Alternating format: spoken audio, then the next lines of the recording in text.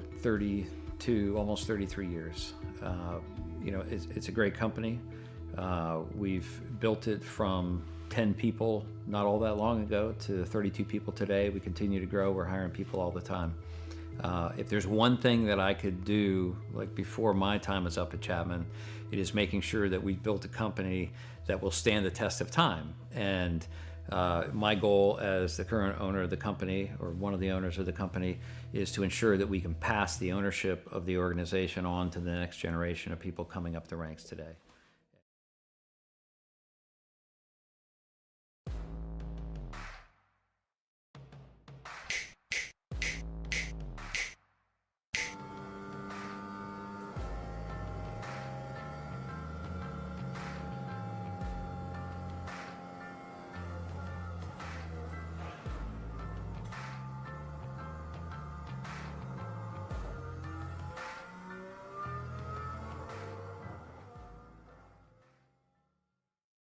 One area of our business where we impact the local communities pretty heavily is the school systems. So we work for school systems all over the northern part of the state of New Jersey. We operate their water systems, their wastewater systems. We do a lot of their permitting and compliance work, and we ensure that the water that the kids drink is clean. We go out and do the sampling to ensure that it's not contaminated. And we also treat the wastewater that's being generated at a lot of these facilities as well before it gets discharged to the environment. So we are supporting the local community through supporting the boards of education and the local school systems. All About Bugs Tennessee Pest and Termite Control is all about family too. Our family-owned business has successfully been in operation in Sevierville and surrounding areas for almost a decade. Especially during these times, a pest-free home is necessary for a sustainable, disease-free home or business. Our services include residential, rental, commercial, hotel, motel, cabins, you name it. Free quotes and inspections for new customers, and most of our services are contract-free. Our All About Bugs Tennessee family is devoted to delivering the best possible pest control service with a friendly smile. Contact us at 865-453-5574 today. If it's bugging you, you should be bugging us.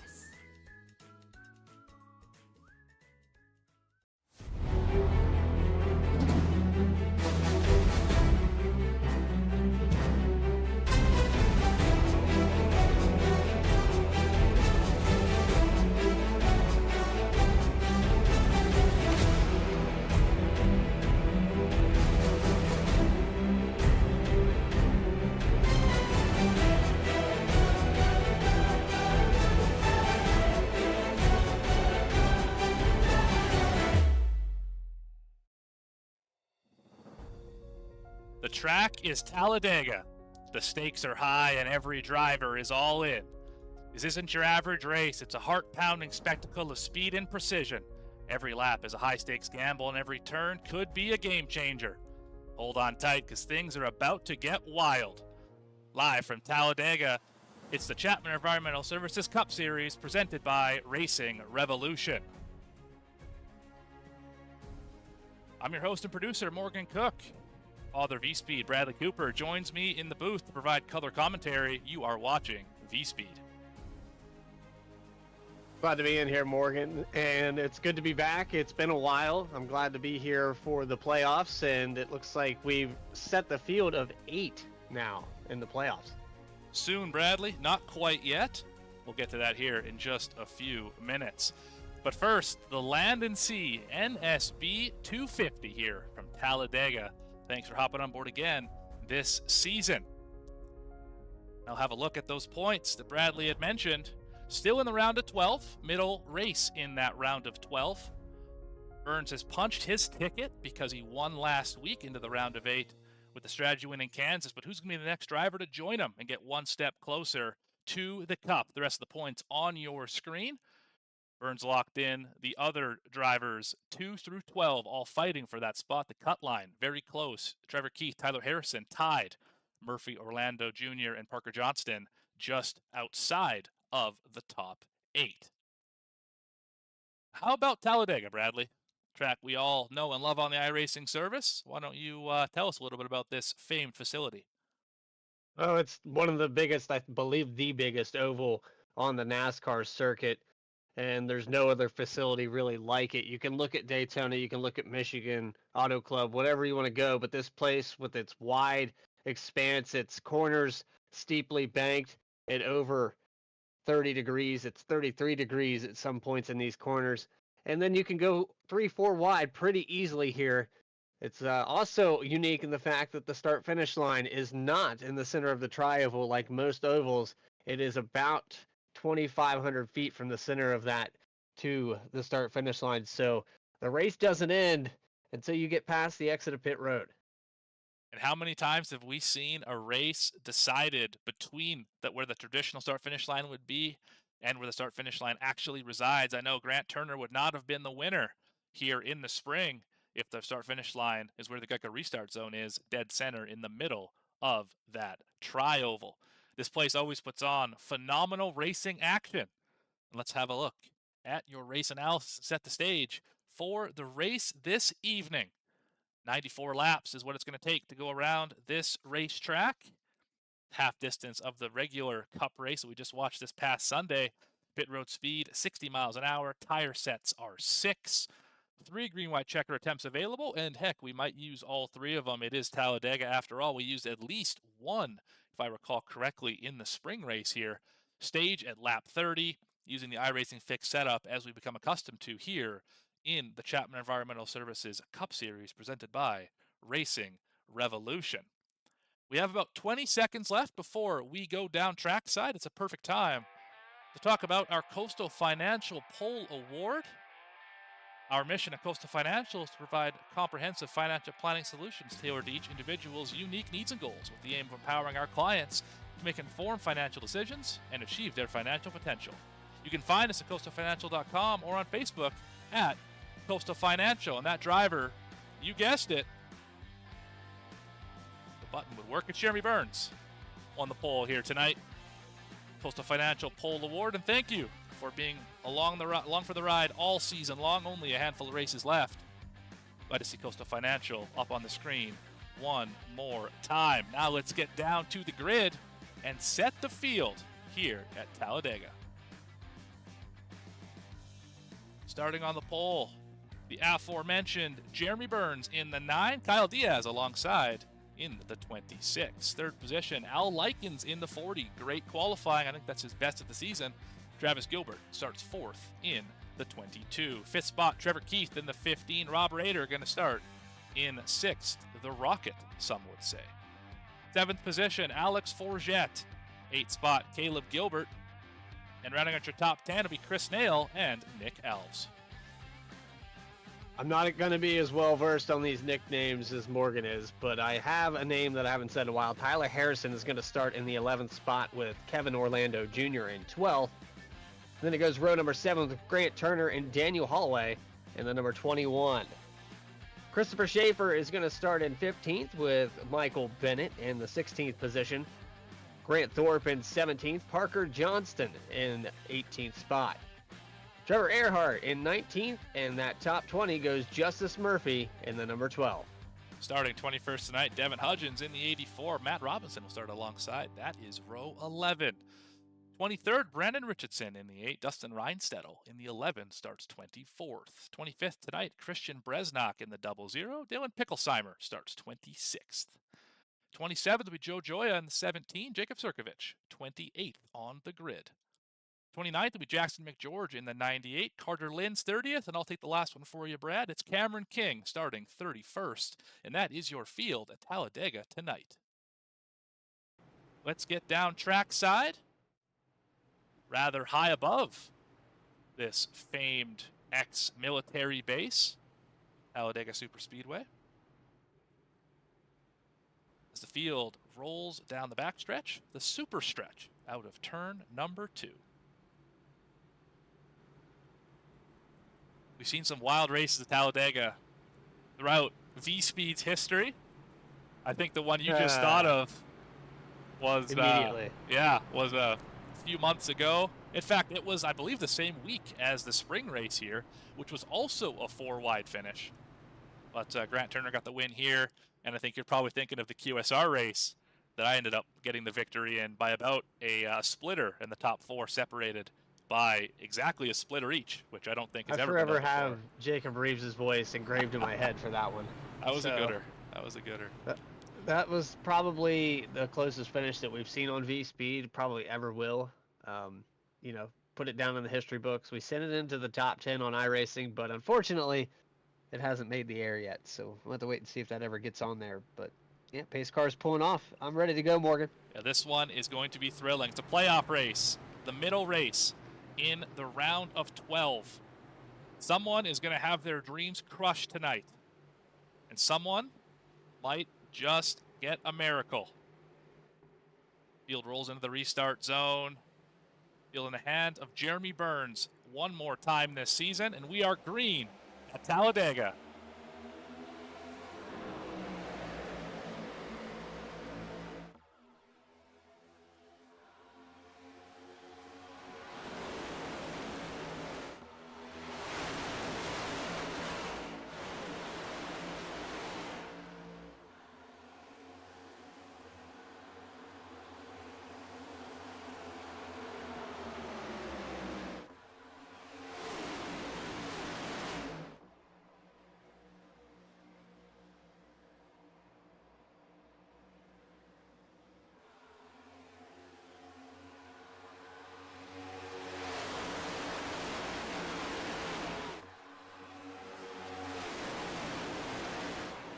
Oh, Morgan, I got to interrupt this intro here. Jeremy Burns got shoved out of line. He had already lost the pole spot here, and he gets put out 3 wide, gets pushed off the racetrack, and falls all the way back to 24th. It looks like Kyle Diaz was able to lead the first lap, but they had 3 different attempts at the lead here.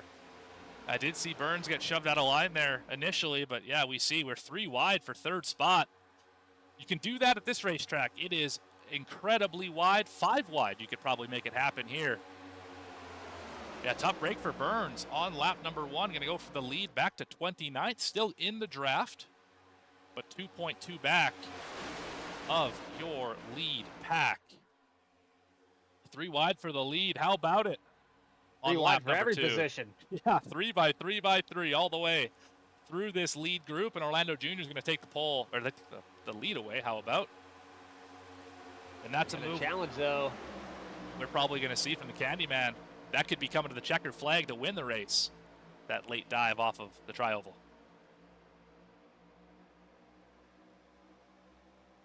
It's already looking like the norm here for the next generation cars. It outside is prevailing because of that side force. It pulls the cars back, but you're seeing the 21, the 12, they get up there, they drop down to the bottom, and that's because typically it's a safer line.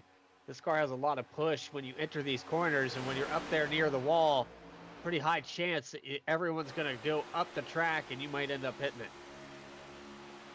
Definitely true there, but this outside, when it gets wound up, just like Kevin Orlando Jr. is right now, it can roll. Not enough cars in it right now to really see that. We're still pretty early in this race, only 3 laps in. But you can see that outside line pull heavily off of the corners. Top 3 single file out, then double file from about Raider on back. The middle lane has fallen apart. Got teammates. Oh, we're all snaking back and forth here on the front stretch. 3 wide again, Orlando Jr. out of line. Oh, we got just about a moment back there. The 22 is all out of shape. Gilbert. So is the 41 of Erhardt. Big damage on the 41. Might need to get that repaired.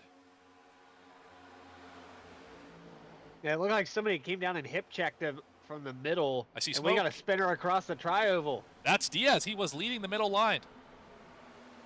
Caution is out. Chris That's a Nail's yellow. involved. Yes, we will go back and see what happened. Let's go back and watch both of these incidents because I think they probably led to one another. First replay of the day on tap.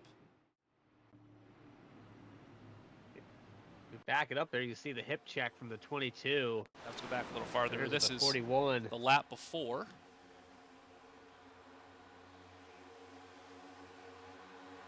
See the 22 here. Center of your frame. Black, teal, and red car. It's a hit from Likens, it looks like. Maybe not. Yeah, watch Trevor Erhardt here. Oh yeah, the 22 just came down, and then 41 came back up. Little contact there. Now let's keep this thing rolling and check out what happened to Diaz.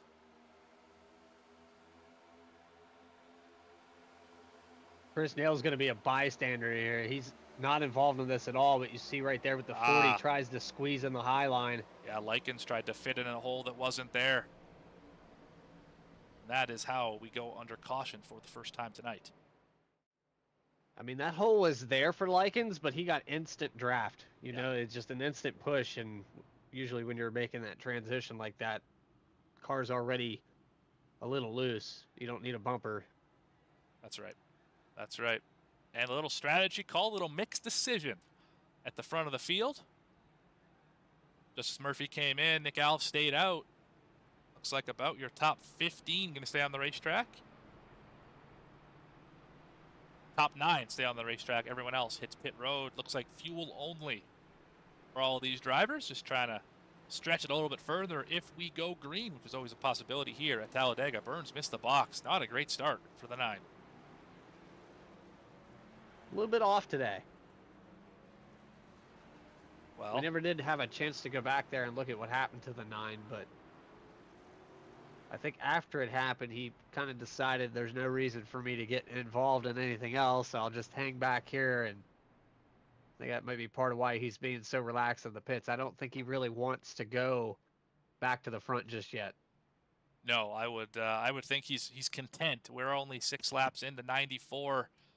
He's already locked in due to winning last week. I don't think it particularly matters this race here at Talladega to the 9 of Jeremy Burns, but matters to everybody else in the field. Tired of seeing him winning. Tired of seeing this 53 car win races as well. Second in the points, Rob Rader.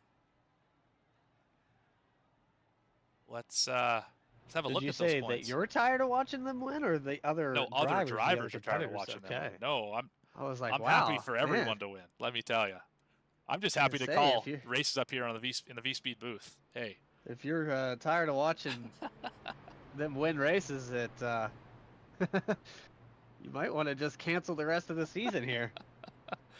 there's your points up on the screen once again. Burns and Rader, your top 2 in the point standing. We saw Gilbert have trouble. I don't think the damage is severe on the 22. Currently 3rd in points. Caleb Gilbert, Grant Thorpe, Carter Linz, Grant Turner, Trevor Keith, your 8 in right now. Harrison, Murphy, Orlando Jr., and Johnston are the first 4 out. Tied, you mentioned, for that cutoff spot. I believe Trevor Keith has the better finish, which is why he is seated ahead of Tyler Harrison at this moment. But that's only at this moment. Quick look at your team points as well as we hit the choose cone. Element X, Racing for Freedom, OMT, and BDE.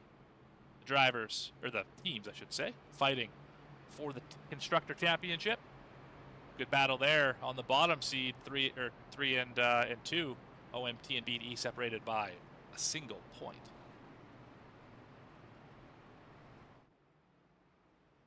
Rolling through the choose. Rack them up and do it again.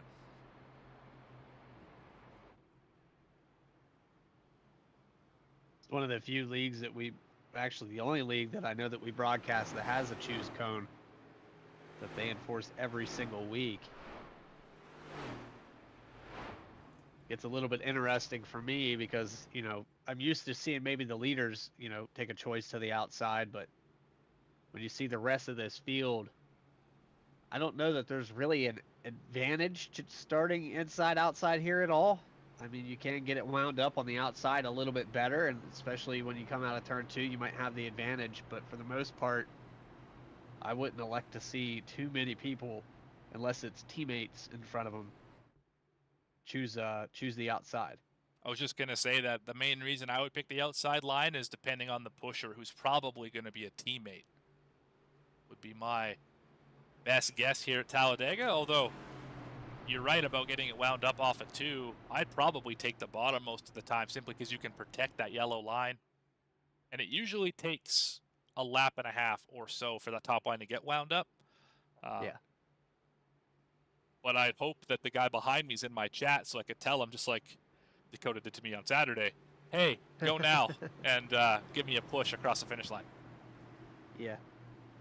But, Yeah, return the favor, though. Hopefully, you know, you can get connected with your teammates here. That's what this race is all about. That's for sure. right. And into the restart zone for the first restart of the day.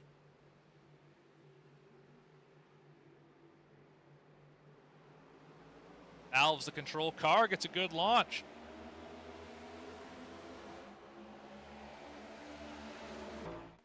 We're racing into turn number 1. Outside line does get the advantage. 1 car length over Bennett. But I know that outside's getting going pretty early here out of 2. It looks like they're already going to push ahead about a car length. Yeah, right about that. Everyone's bailing on the bottom, want to get up to the high line. That's where the speed's at. They're 3 wide a little further back. That's Cameron King and Grant the Toes Turner. Trying to make the hot. Unfortunately, there's only 2 of them. Yeah, that's probably. Oh, now there's 3. Oh, they're in the wall. Ooh. Oh, boy. Christopher Schaefer having a moment. And here comes the 22. It's growing. The line is growing. Looks like that left side, though, when you're coming off of that corner, I was going to say the right side, got a little damage. He did brush the wall. It's kind of like riding the train, though. As it goes station to station, each position, it picks up another passenger, and the 48 just jumped to the outside. Parker Johnston is going to try to go up to the lead. I think it's got wound up enough here on this third line that the 48's probably going to have the lead coming out of 4. Yeah, they are rolling. I'd be a little worried with the 23s moving around quite a bit on the rear bumper. But look at the spectacle. Oh, there it is. That's too much contact in the middle. Yeah, they're doing a little too much slicing and dicing. Need to back it down. Only lap 9. No fast repairs here tonight as well. Oh, apologies. There are fast repairs tonight. Maybe why we're seeing such aggressive pushes so early in the race. The 48's had enough. Down to the middle lane ahead of Nick Alves. Michael Bennett continues to lead the race. Look at the driver on the cams. There he is. Laser focused is Michael Bennett, your leader. I like the gloves. See where those Yeah, they came could have from. matched that with the orange paddles and the, Yeah. I mean, the Slurp soda machine. Yeah, that all matches up. Let's take a quick on the hood camera How's that? to look at this scheme. It all makes sense now, doesn't it? It absolutely does. He knows what he's doing. Knows what he's doing out front of this field as well. As here's what it looks like behind him, and it's a whole. Look at the eyes. Look at the eyes on the 54. How about that?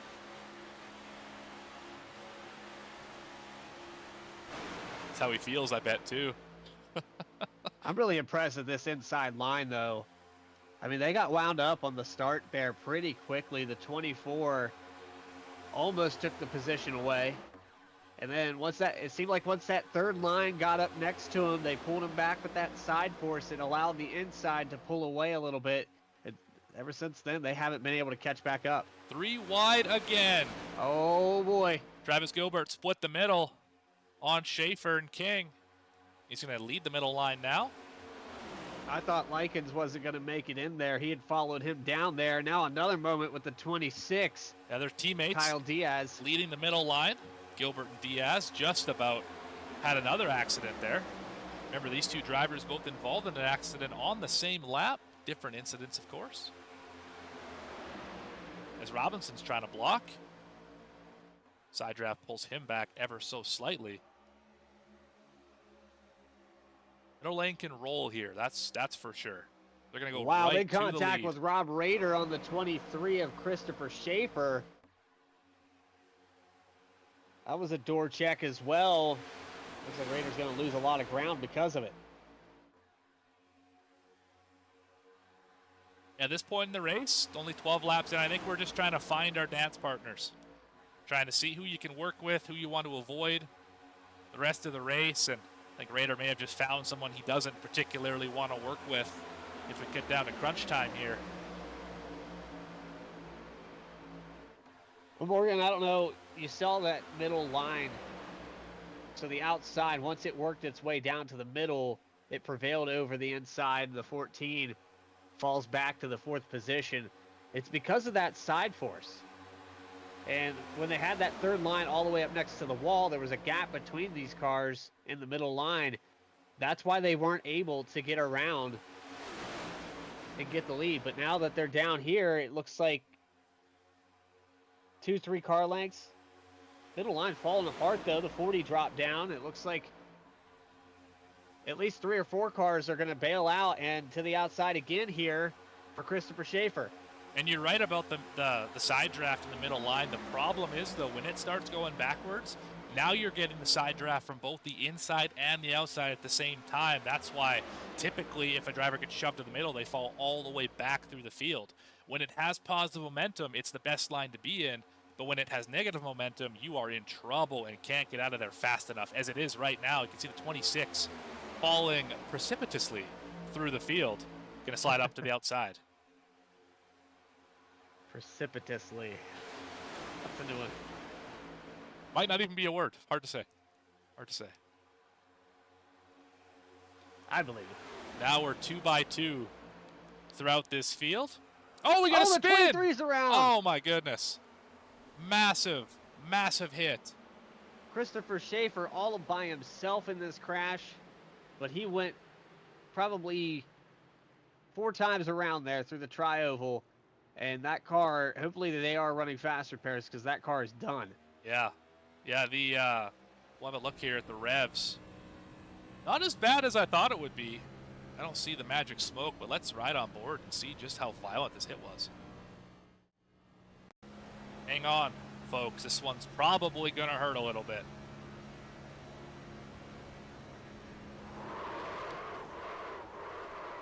Yeah, that's not what you want to see. Glad he had the sense to lock it down there and not slide around too much. Absolutely. A lot more right. cars could have gotten involved in that. Especially from the lead. Yeah, that's the whole field passing by there. Within 3 or 4 seconds, he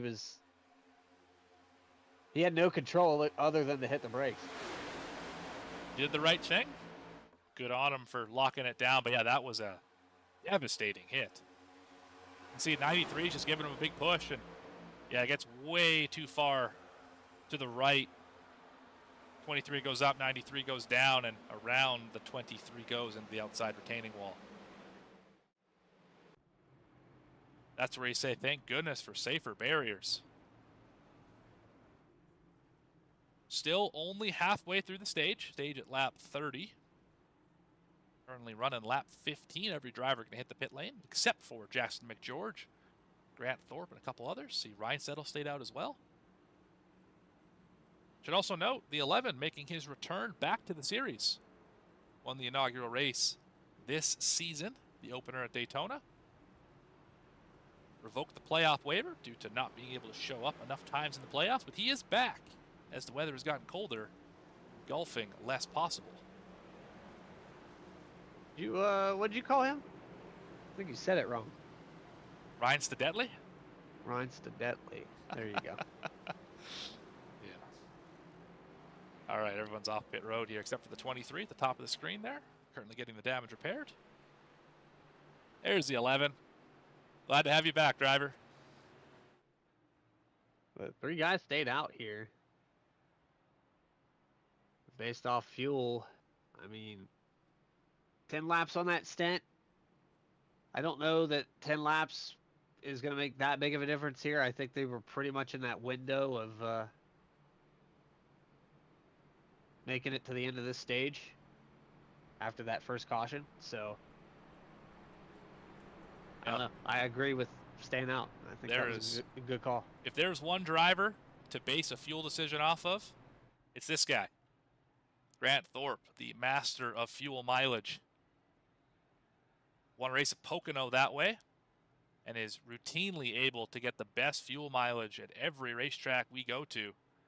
If he stays out, it's safe to make it to the end of whatever stage, run, race, whatever you're looking at. So I think they can make it based on the fact that Grant Thorpe stayed out.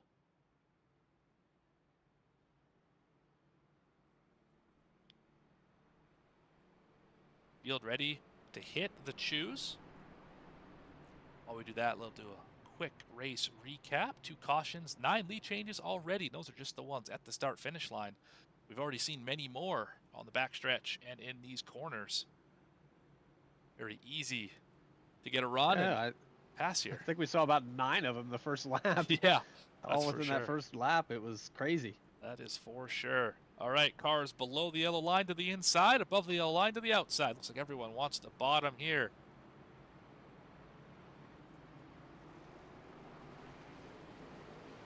Split decision farther back in the field.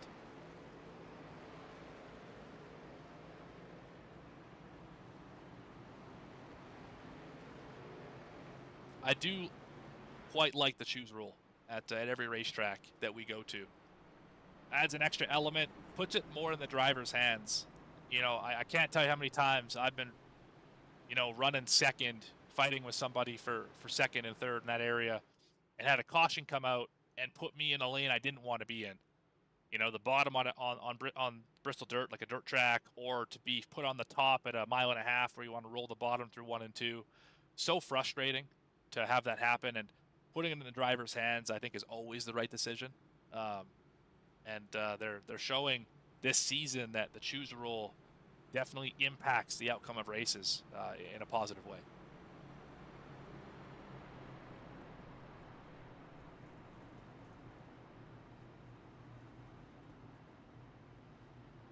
Just waiting for iRacing to implement it. Yes, that would be awesome. Patiently. Yes, impatiently. That would be that would be great.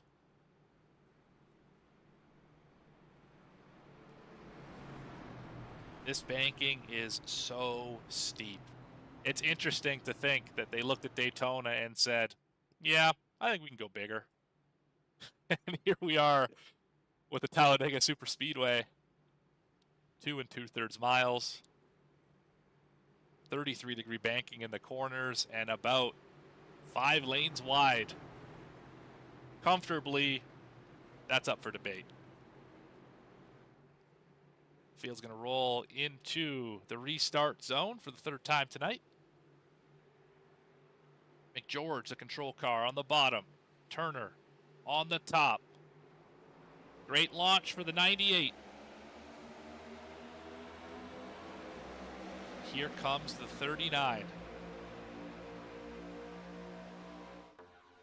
I think the inside got out a little bit too far ahead of the 11 of Reinsettle.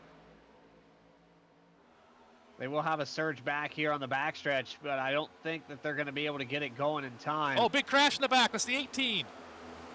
Raiders around as well. Big issue. Just saw somebody shoot away from the bottom. That car is destroyed. What happened here? Oh, the Candyman, Daniel Holloway, also involved. See, Raider, yeah, that car's not turning properly. What happened here on the restart? Probably another push gone wrong here. A big checkup. Oh, yeah, big push gone wrong. And then the 21 got to the outside. Yeah, Raider had nowhere to go. Carter Lynn's involved as well. Can't blame that one on me. And the 18, unfortunately, just had nowhere to go. Let's ride on board with it and see this this big checkup that happened well in front of him. I think it's Trevor Keith and Hudgens. And you can kind of see it. He massive checkup, and then to the outside of him, turned around. And Rob Raider with nowhere to go. Just nothing he could do. Joe Joy is involved as well. A lot of damage, a lot of cars. Good thing we have a fast repair here tonight.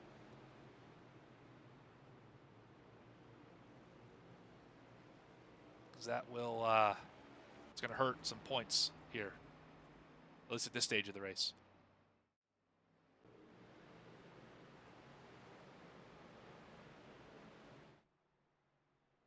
Up at the front, McGeorge retains the lead.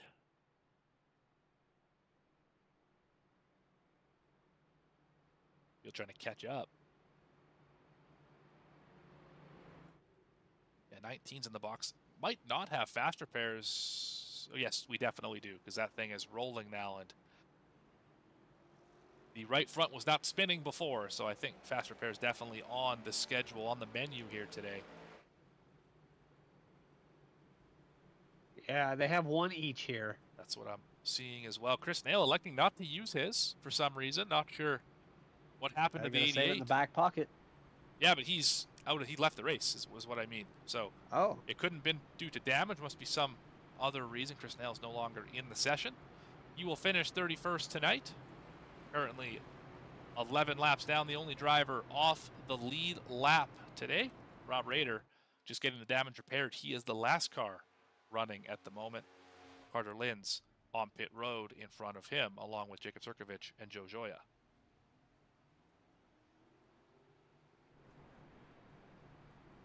But McGeorge continues to lead.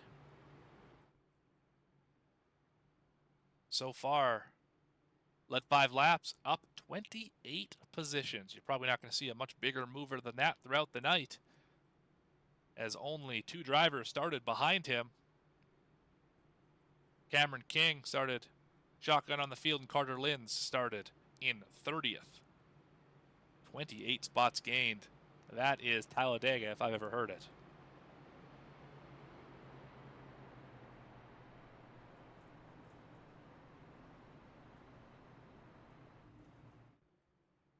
So, 10 lap, and less than 10 lap, shootout to the stage.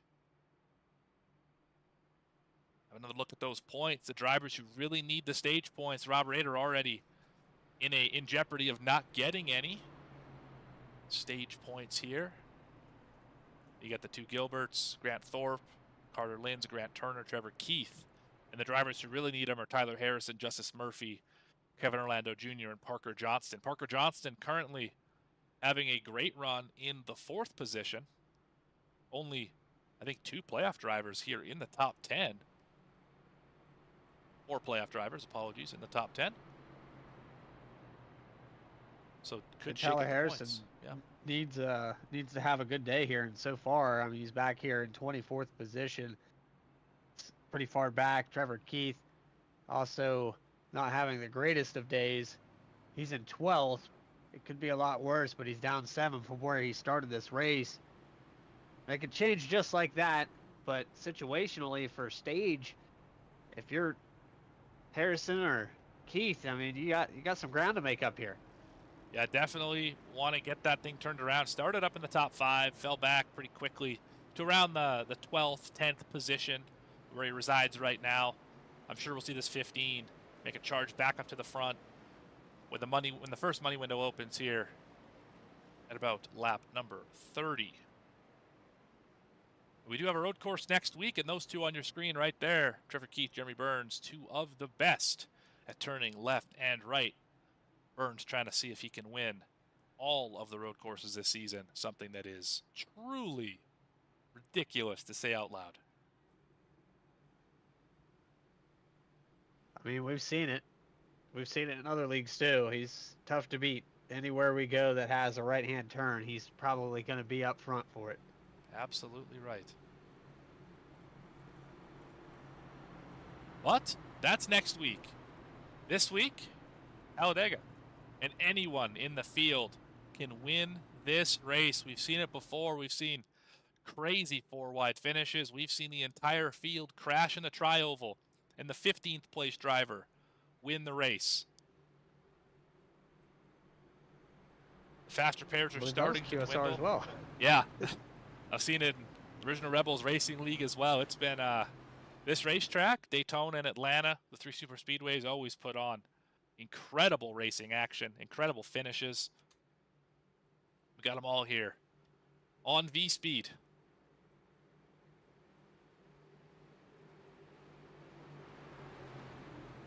For the 4th time today, we roll into the restart zone.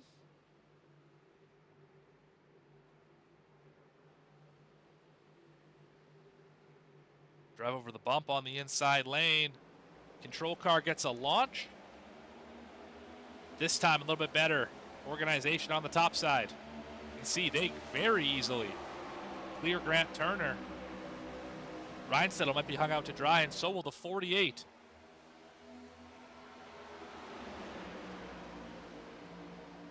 There's already some quick movement here in about the 10th, 12th position. I saw two drivers drive down to the bottom, one of those being Jeremy Burns. He's taking him any way he can, trying to recover from the rough start to this race. Went all the way back to 29th. Now he's almost up to 10th, the inside of Al Likens. And they are lined up on the outside. I would be very careful if I was that front trio, because this train is moving. Big gap back to Nick Alves. Not going to be much help at this moment, as they've already used the air to separate the 77 and the 39. New leader at the line. It's the 26 of Kyle Diaz. Came from way back in just one tri-oval. Now the top line surges ahead by 2.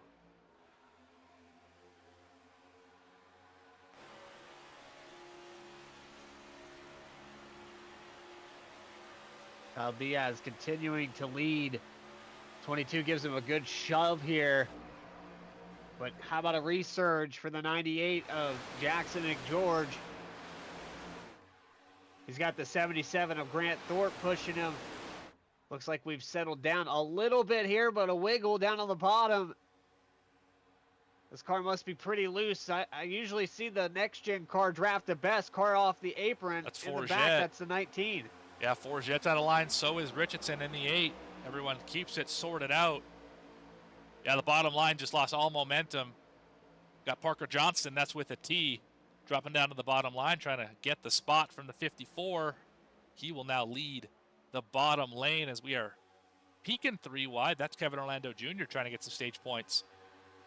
Needs them for his playoff hope. So does the driver behind him. That's Tyler Harrison running the high line. Likens going to lead it now.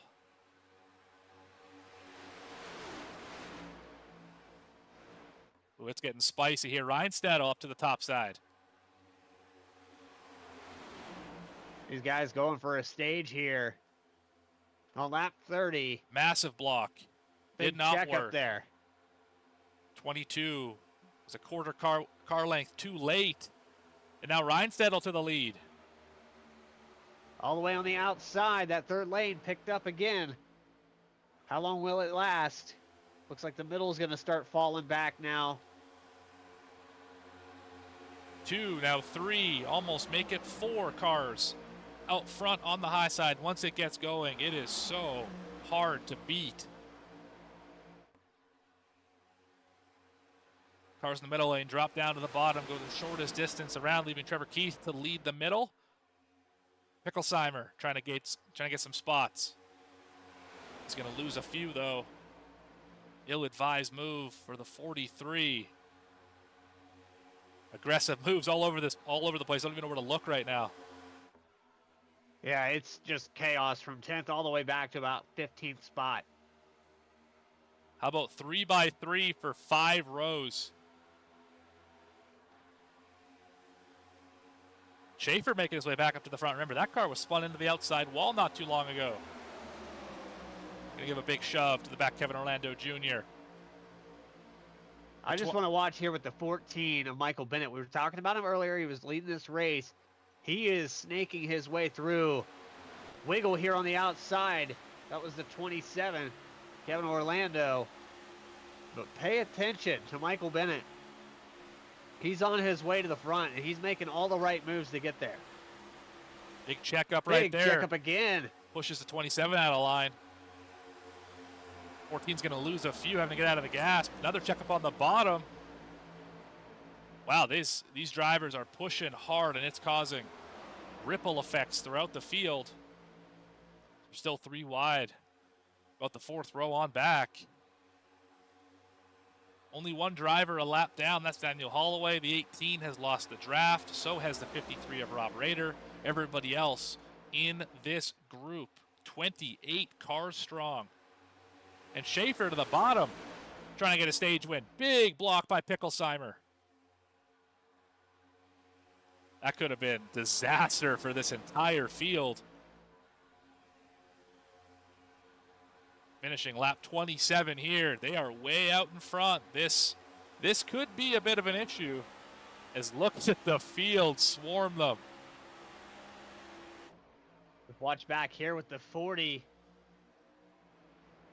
Al Likens just about went for a ride. He had to check up again there by Reinstedel. Tyler Harrison. Oh, we're wrecking again. The 23's in it again. 23. Oh, no. That's a bunch That's of the gonna field. do it. I saw the 27 in do it. it. Yeah, that's tough. Didn't make it to the stage. Kyle Diaz is going to get it, though. He will. Travis Gilbert going to get excellent stage points as well. Picklesheimer. Orgette needed him. Well, he missed the playoffs. Apologies. He's in fourth. Bresnock got good points. So did Reinstedel. Trevor Keith got an advantage over Tyler Harrison as well on this one. Yeah, Turner got stage points as well. So only 3 drivers getting those stage points. Let's go back and see what caused the 23 to go around.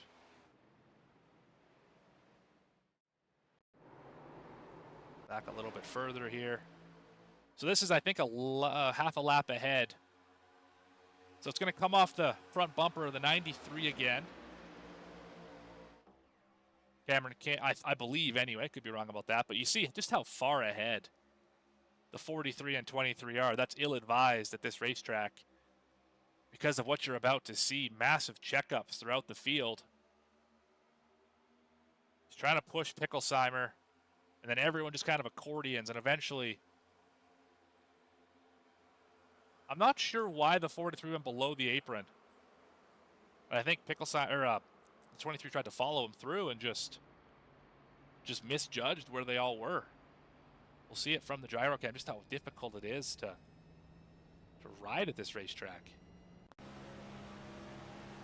So you can't see the yellow line here. That's part of the issue.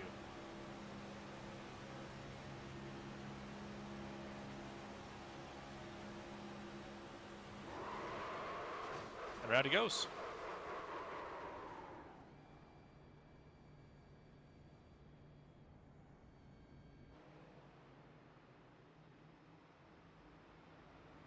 I wouldn't quite call it the big one,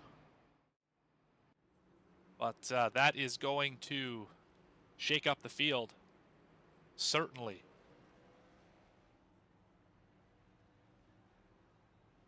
But Diaz, your stage winner. Congratulations to the 26.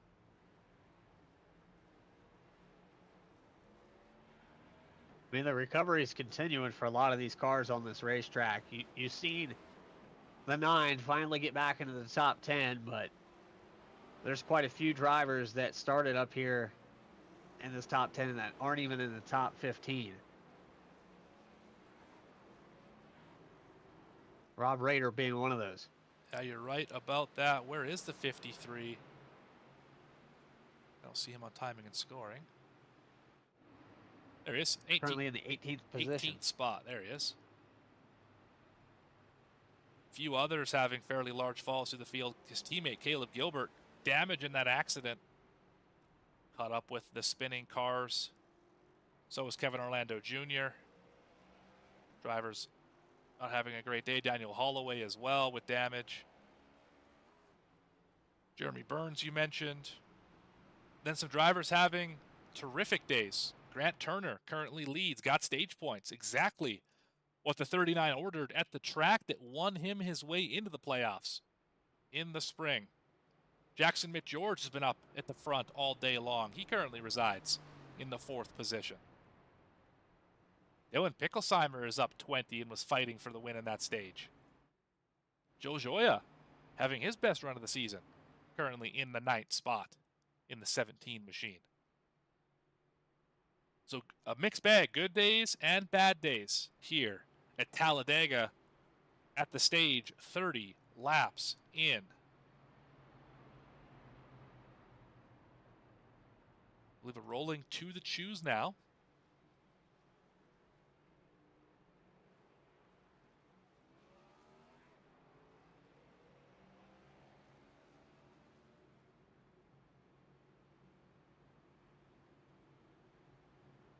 It's like the bottom side. Yes, for your leader.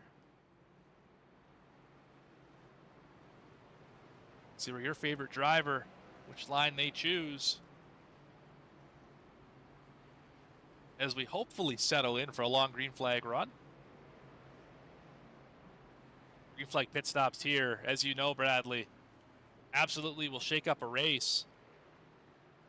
There's always a driver or two that makes a mistake coming to pit road. Curious to see if we get the opportunity tonight. You're always trying to time it with your teammates, right? And so if you're separated, or maybe your teammate's out front leading this thing and you're 10, 12 cars deep, your teammate's going to have to pit sooner than you. Then there's the mistakes, like you said, on pit road entry or maybe on pit road exit. You can very easily get a speeding penalty here. And you never know. You might end up pitting by yourself. That's a mistake in its own. I mean, you that's call the out worst. your pit, nobody comes with you. Yeah, that's the worst of all of those, is when you have to pit by yourself because you come out with no draft.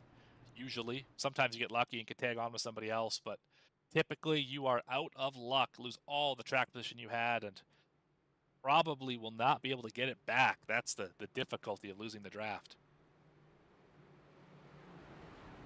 So we're doubled up in the middle of 3 and 4. Fourth caution of the day for the stage, as well as an accident. 14 lead changes at the start-finish line. Have a look at the weather here. Nice day in Alabama. 89 degrees on the track.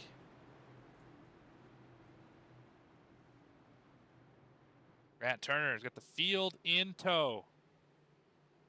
No, that was not a pun. Into the restart zone for the 5th time tonight. Waiting till the very end of the zone. Not a great launch for the 15.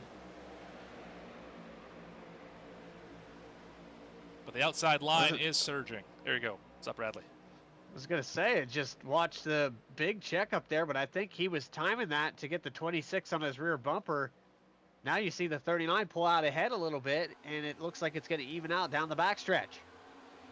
Yeah, big run from the 22. He's going to give him a shot, but it's not quite going to be enough. Trevor Keith's going to get to the outside. We're 3 wide again. Joe Joya, as well as the 43. Look at that move from the 22, bottom to the middle. Going to take over the lead for the first time today. That's a playoff driver in front of a playoff driver beside a playoff driver. Green rising to the top here. Oh, just about spun by Forget was Grant Turner. Whew. What a moment. Yeah, third of the way through this race, and you can already tell it's been a handful. We usually don't see in this class of car too many problems with bump drafting, side drafting. You make a lot of contact in this machine before it goes sideways. So maybe the track conditions or the setup have kind of altered the way this car normally handles, because it looks like even just getting a bad bump can set this thing around. A lot of drivers have their hands full today. 22 didn't like what Trevor Keith was throwing at him. Keith back to the inside, back to the lead. And look at Picklesheimer roll the high line. Look at this momentum. He's led 1 lap today. If he keeps rolling like this, he might get another couple. It might be very soon. 3 wide, almost for the lead again. There's only 2 cars in the high line. That's the incredible part. Al Likens pushing for his life right now. The comers and goers here on the outside, I think it's just kind of based off of tempo at the current moment. When we saw it there just before the stage break, there was a lot of cars that were going up to that outside line. Now we're just seeing a little bit of 2x2, and guys aren't really making dramatic moves. In fact, it took the 24 the entirety of 3 and 4 to come down and take that hole and get to the inside. Pretty relaxed here for lap 35. It is. I think now that the stage is over, it's time to settle in. That's exactly what Nick Alves, driver of the 24, is doing right now. There he is up on your screen, just rolling on the bottom, 7th spot behind Grant Turner. Just trying to keep that gap, both front and rear. Just log some laps right now. Can't win it at this moment, but you can certainly lose it at this moment. Got to thank every driver for having the driver cams on today. Appreciate the opportunity to get a real-world view of what they're going through as we are wide open here at Talladega on V-Speed. Time for a quick plug. If you haven't already, make sure to hit that notification icon. Make sure to hit the like button, subscribe to the channel. We appreciate all the fans who tune in every broadcast, and even the ones that don't show up here to watch us do our thing on V-Speed, watch all these drivers and be able to bring this racing action to people who wouldn't otherwise get to see it. So thank you. You've made it this far. You might as well stick around a little while longer. It's been a fun one so far. So watching this outside still try, Likens has tried probably 7-8 laps now. I think this will be, what, lap 7 on this stint. I don't think that it's going to work. They're trying, but I don't think it's going anywhere. They continue to fall back to about the 12th position. Agreed, and you got to be wondering about the motor temps on that 40. We've seen motors blow. Oh, we got 3 wide for the lead. McGeorge Wow, put what a move there on the outside. Yeah, he put a move on the 22 for sure. That could have been disastrous. So got a big push in the middle lane. But and then there go the 40 and the 43 back up to the front with the checkup. I guess just keep doing it till it works. But if they're going to mess around here in the very front, that's going to keep helping their case. Absolutely. Absolutely it will.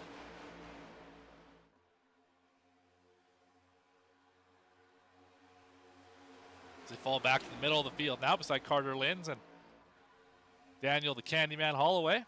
Devin Hudgens going to lead for the first time today. And check out this. Running in VR. That's the driver leading the race right now. That'd be quite a view here at Talladega. Could not imagine at this racetrack being in VR. Well, right now he's got nothing in front of him, so it's the perfect view. I suppose you can clear yourself pretty easy. Get to look behind you, look around yourself, and see what's going on. He's got some hungry hippos right behind him. Things are about to change up at the front. McGeorge has been glued to that middle lane. And here come King and Schaefer back to the front. They've been players all day. The black and silver car second and third on that middle lane.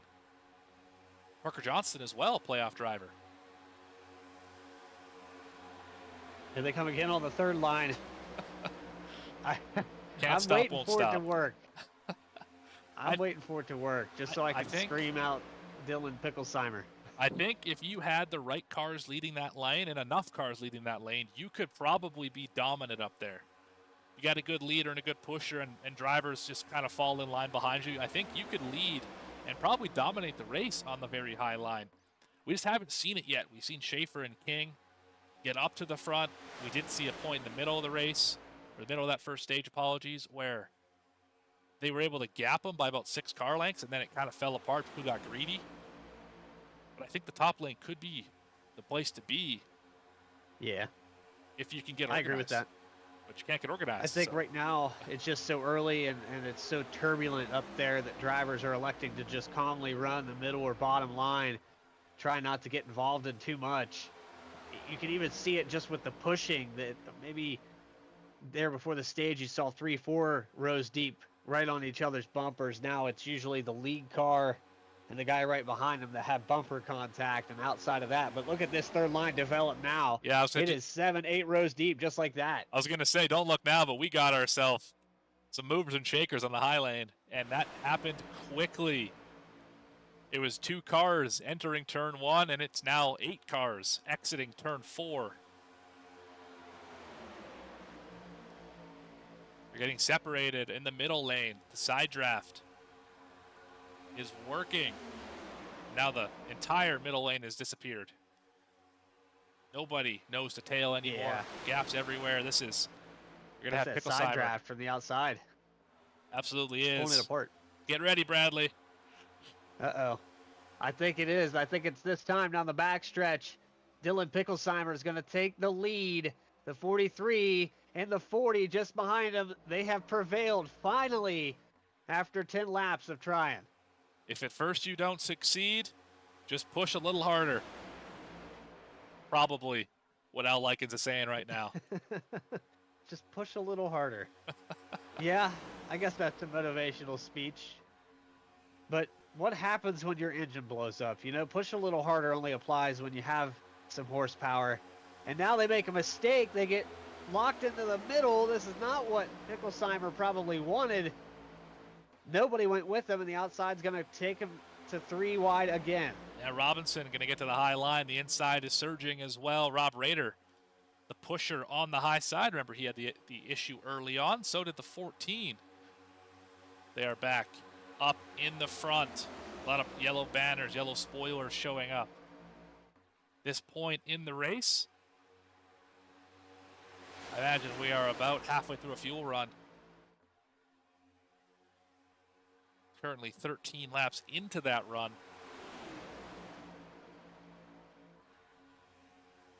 This isn't quite with the Mint by H pattern, but that's kind of what it looks like on the racetrack right now.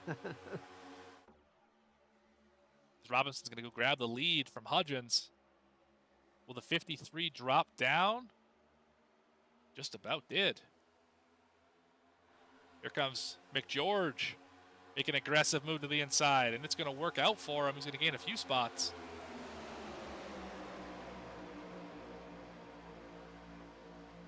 Middle line catches him.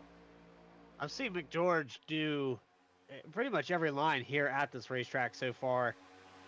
I think he's just in the best interest of where he can put that car and stay out of trouble. Right now, he's probably in the worst position imaginable because he can get contact from both sides of this car. And unfortunately, the side draft from the outside line is going to continue to pull him back. He's able to make a little bit of ground on the inside, but the outside's hanging tough with him. Up to 8th currently.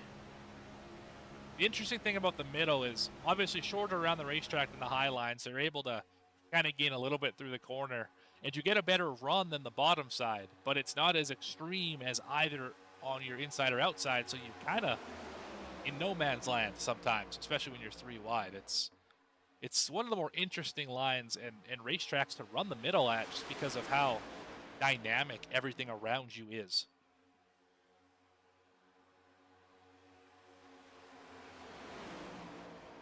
Well, you can continue to see the crowdfunding here with 4 wide. That's not going to work through the tri-oval. Stuck there in a sandwich between the 14 and the 17. That's the 26 of Kyle Diaz. Somehow they make it work. But how many times have we seen cars come through that tri-oval 4 wide and they end up in the outside wall? Yes. Yes, that many times. Yeah, it's happened a lot here. Every time. Almost every time. Almost every time. We somehow made it through that one. The Fruity Pebble sandwich survived, as Diaz now slides down to the bottom of the racetrack, currently running in the 11th position. As the top, 8 cars single file out on the bottom. First time we've seen that pretty much all day long in any lane, really. Here comes Robinson. Not so fast.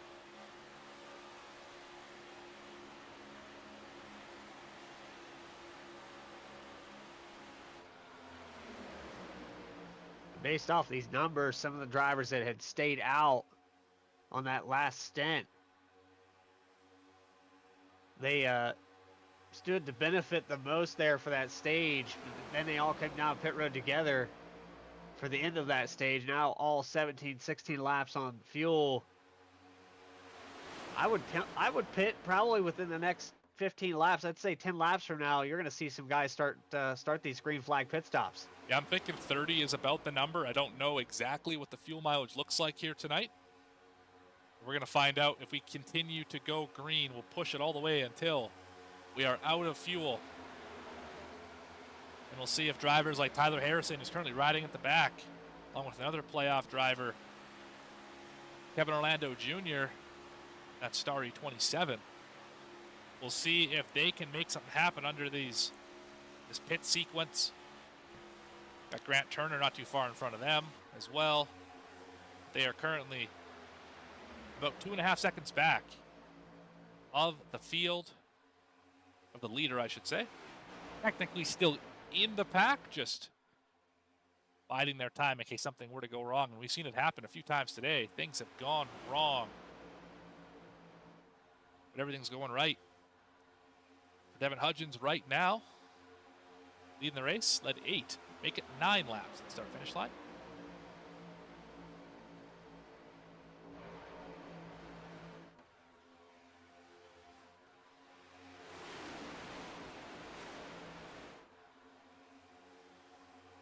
So Bradley, haven't been up in the booth with me in a while. Haven't seen Racing Revolution here in a while. How you feeling about this Talladega race so far? Well, they've settled down there at the start in that first stage. I thought it was going to be a caution fest. I mean, these guys were all over the racetrack, and it looked like a handful to drive. But since then, it's calmed down tremendously. I think we're seeing a good chance tonight that we're going to see a winner that we haven't seen yet this season. But for the shakeup of the points and locking in this top 8, you've got that tie there for 8th and 9th position. And I've watched the 45 of Harrison have such good seasons elsewhere. I'm really surprised that he's not having a better day here today. He's all the way back in 30th position. And what I think here is that there's some guys having some off nights. Burns is another one. He's just been kind of quiet all evening. I'm waiting for these guys to turn up the intensity. Yeah, Burns was quiet all race last week as well, and somehow, with 15 laps to go, found himself as the leader and went out and won the thing. So we're pitting right now. There you go. Looks like 20 laps is the fuel number. First wave of cars hit pit road. Looks like pretty clean for those drivers. This is going to shake up the field. We'll see if anyone can make some big moves as we're all single filing out on the bottom here. Resnock hung out to dry. Unfortunately, he's going to lose a lot of positions in a short amount of time. What happened to the 93? Cameron King. Cameron King all the way down the apron. He's letting this whole field go by. This is not the front stretch, good sir. I don't know if he ran out of fuel. He's going 130 miles per hour. You stay on him. Keep us surprised if anything changes. I think we're going to see a lot of cars hit pit road this time by. Yes, leaders under the line.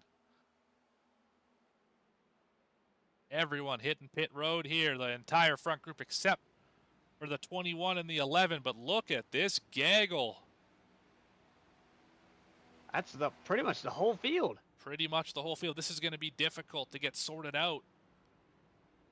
Oh, we got to spin. 23rd. We got to spin. That's the 41. It is.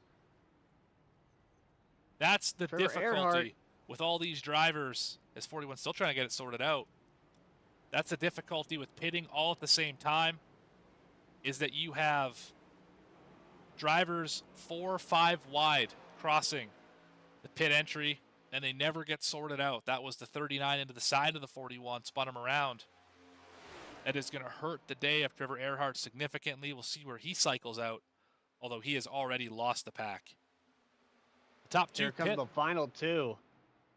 But just to add to what we were talking about just before that pit cycle, Cameron King out of the race. He did not run out of fuel. He was going down the backstretch and through 3 and 4 at about 130 miles per hour. He still had it on his own power, so I'm not sure if he had a technical issue, but the 93 done for the day. Unfortunate break for a driver who showed a lot of muscle. Push the 23 up to the front. Will no longer be in the race. That could have been one of your first-time winners. He looked stout today. We're working through the field. So the 21 and the 11 just get past. They were the last drivers to hit the pit lane. See where they cycle out. They're still on the apron. They might lose this lead pack. Yeah, I think they're going to lose the draft here, Morgan. I think you are right. There is a pack behind them. They might have to slide up in front of them. This is going to get a little dicey. I think they'll get caught by the 18 and the 00 behind them. I think might be able to latch on behind Grant Turner as well. I think they're going to be all right.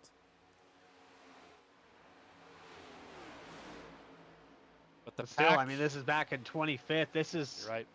5 seconds back from the other group. And the pack is broken up, definitely. You see there are 4 little groups of cars here. There's the big group out front, this trio, and then this mess. Jeremy Burns. What did I say about him? Yeah, there he is. Doesn't stay quiet for long. Then about 2 seconds behind is this trio, Grant Thorpe, Picklesheimer, and Likens. Another half second back, and now these 2 groups have joined as one. If they stay in line, they should be able to make it up to the front of the field, at least up to the lead pack. Let's have a look here. Check out the timing and scoring. Currently going the wrong way. But I imagine here in a lap or 2, they'll probably start making time on that lead pack as they are still double wide up front.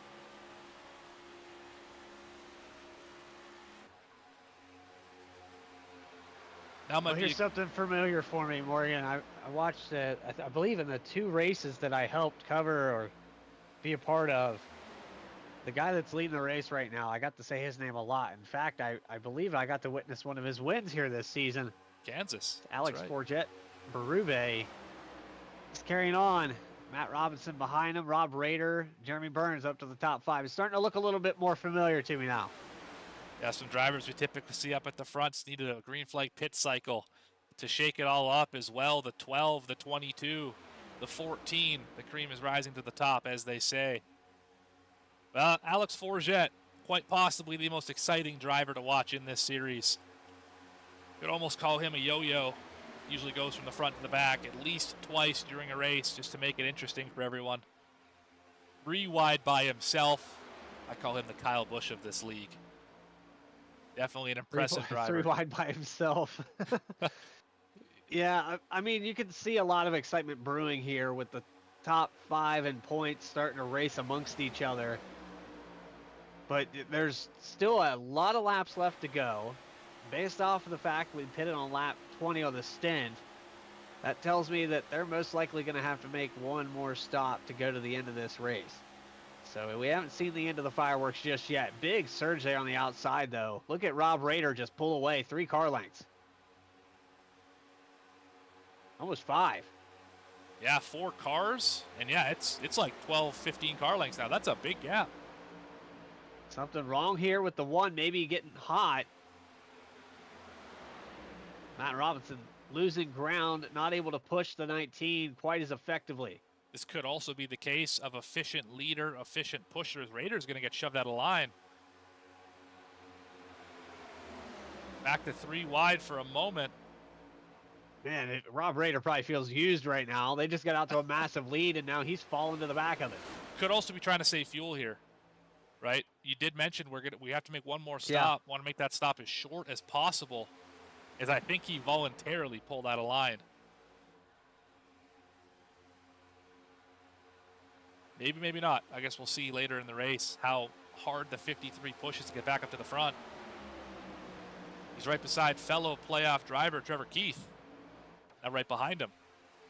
Parker Johnson there as well. So is Justice Murphy, Carter Linz. Look at all these playoff drivers up here in this lead pack. What I'm watching here, too, is a lot of trial and error, seeing what works, what line, who to go with. We've seen different combinations several times on this outside. They still haven't quite figured out who they're going to go with, but I think right now I would pick that 53 car as the car that I'm going to push to the lead in these closing laps. Unfortunately, right now, he's at the tail end of this line, but soon enough, he's going to have somebody around him that's willing to take that 3rd line. And I would say probably before they hit the final set of pit stops, they might try that 3 wide just to see how much ground they can make up. And soon enough, this group, led by Grant Thorpe, is going to be there. They are gaining a lot of time every lap. The last one was about 3/10 on the back of this field, 3 seconds back. Currently, last time we checked, they were over 4 seconds back. So if they keep doing what they're doing, they will get there. The top 3 very efficient right now.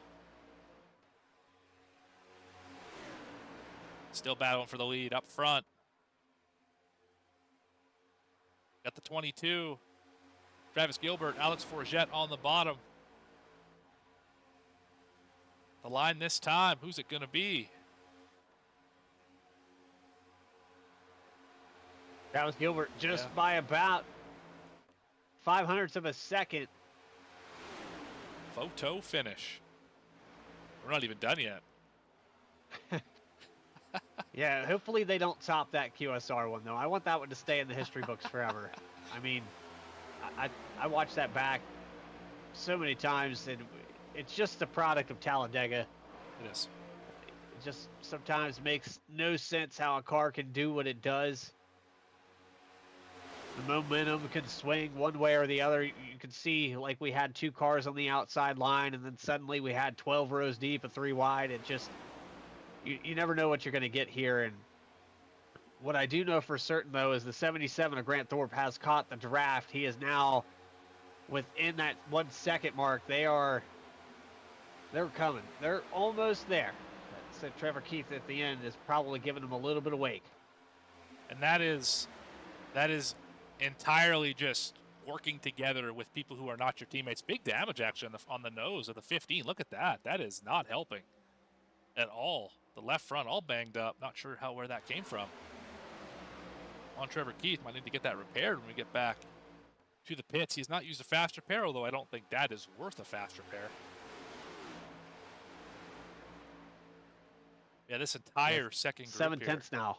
As they're here, been working very well together. Everyone's staying single file and doing a terrific job erasing a over 4-second gap. And you said it, Bradley, they're there. It's under half a second. Call them one pack now.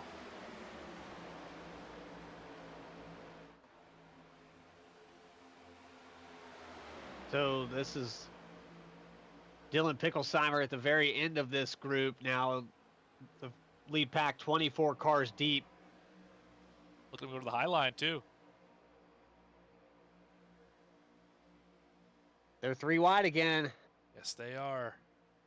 That's the product of having all that momentum and catching up to this lead pack.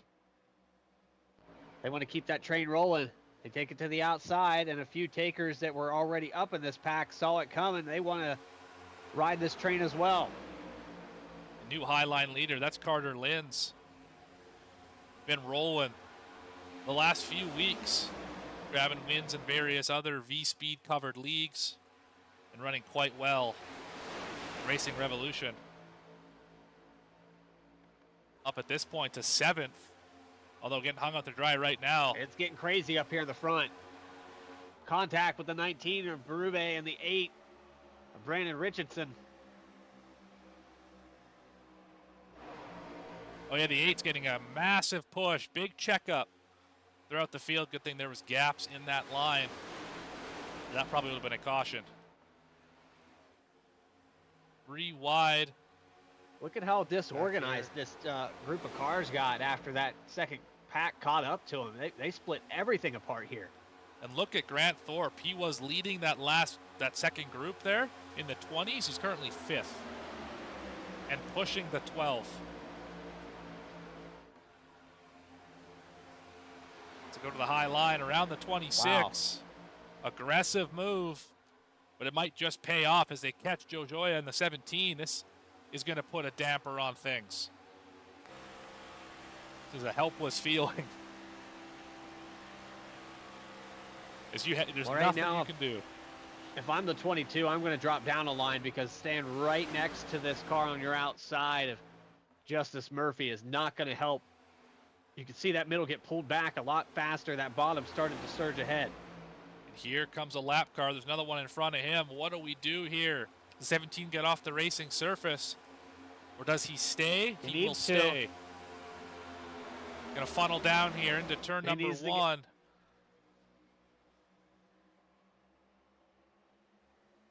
Let's go check out Burns big time. I know the 17 didn't want to go a lap down. Oh, we got a spin. Big spin back there. Oh, big Harrison's crash. Around. 17's in, or 27's in it as well. Minimal damage for him, it looks like. That started with the 8. All right, this puts us in an interesting fuel situation. We'll talk about that here after we go see what caused this accident. So it started with the number 8. Kind of got put out of line. Harrison got him.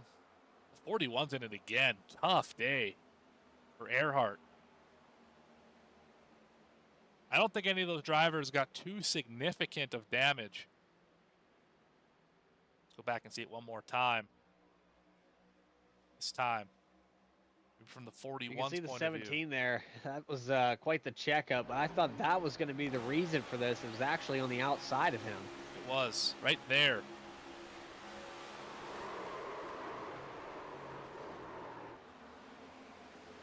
I think Likens probably got the worst out of that damage-wise. Let's say Erhardt snuck through there for the most part. He did. Oh yeah, I don't Likens. think he really picked anything up.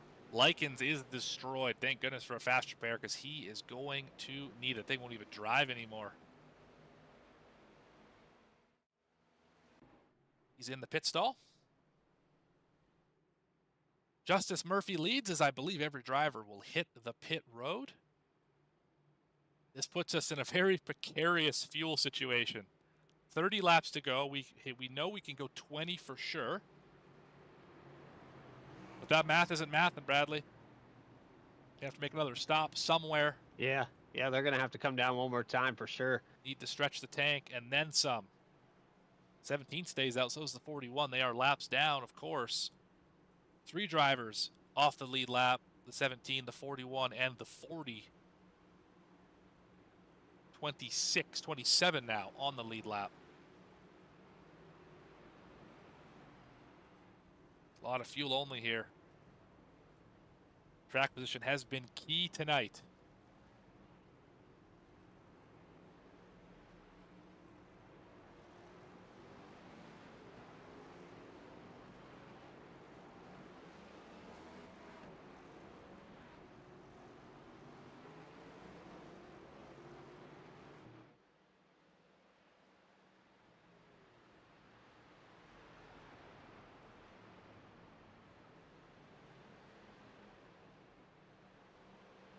So Justice Murphy, Grant Thorpe, Jackson McGeorge, Alex Forget, Berube, and Carter Lenz, your top 5. Don't foresee that staying the same, but you never know. We could have something challenging go on that changes the outcome 4 or 5 times before we make it to overtime. But I can tell you this for certain.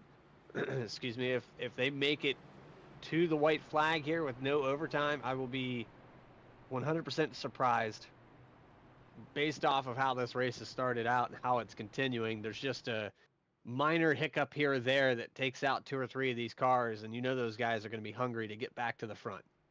And we're running out of fast repairs as well. Most drivers have elected not to use theirs, but it only takes one accident to use up that mulligan. And then you got what you got, whether it be a damaged race car or not, as some of these drivers are finding out.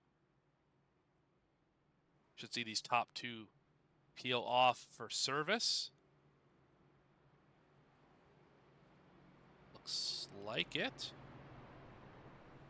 41 is. Maybe 17 will as well. They could have possibly elected for the wave around, although having to pit in 5 laps under green when everyone else just pitted under caution is usually not a wise decision. Can work, but doesn't always work. Yeah, I think there's a good chance that they'll have another yellow here. Not saying that the talent pool here isn't good enough to keep it green, but it's rather difficult here tonight to not get into somebody, and especially when they get to 10 or 15 to go, trying to get that 1 or 2 positions before the end of this race. It's going to cost something. I mean, we're 3 wide all the time, of course. Something could happen. We see a few drivers top off with fuel, the 22, the 39, the 43, 23, 27. These drivers all expecting this to go green, giving us a little bit more insurance if the opportunity presents itself.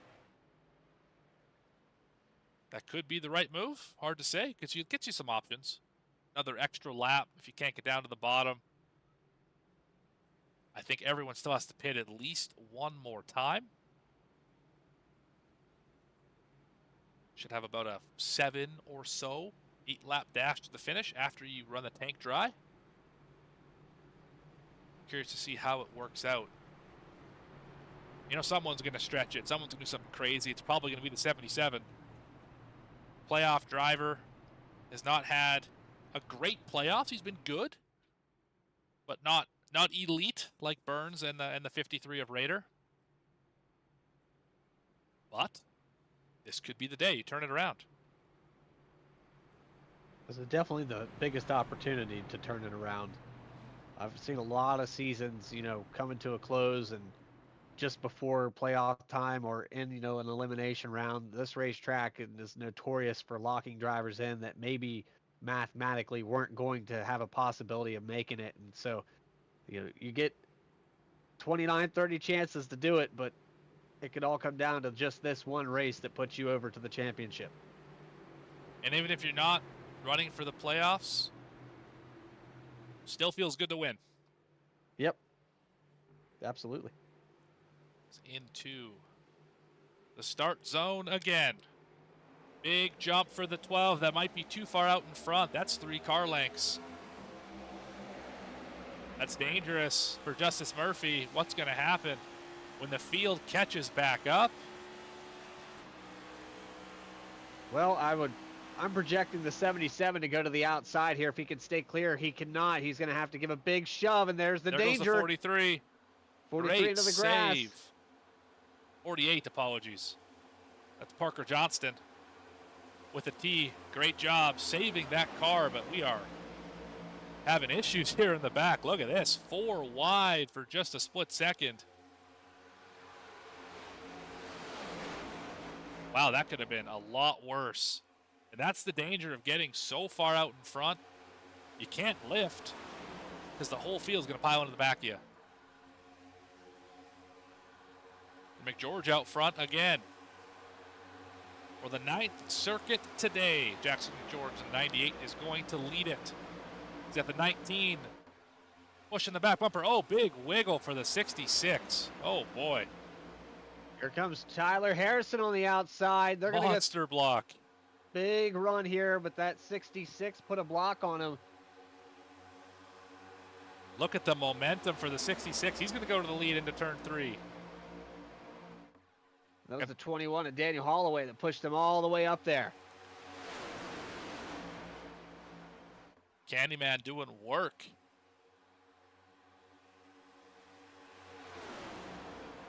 Top 3 get clear.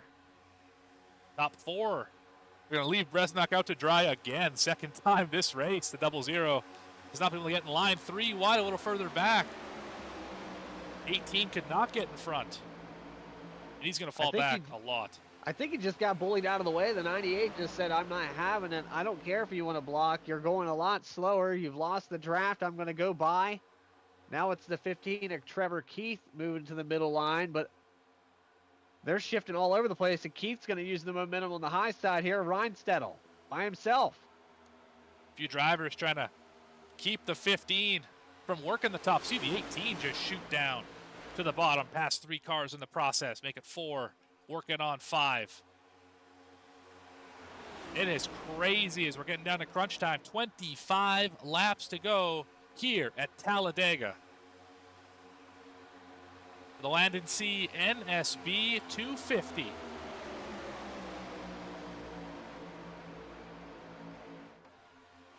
You still got to figure out which driver you want to go with right now. And I watched Trevor Keith move to the middle. I watched him move to the outside, and it seemed like everybody that worked with him used him for a position and then left him out to dry again. He's got Rob Rader here on the high line, just outside the top 10. Here comes another surge, just like we saw with Tyler Harrison a moment ago. Big push on the high line from 10th back.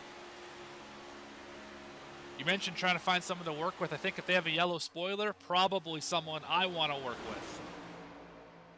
Especially the 24. Up to 48, how about?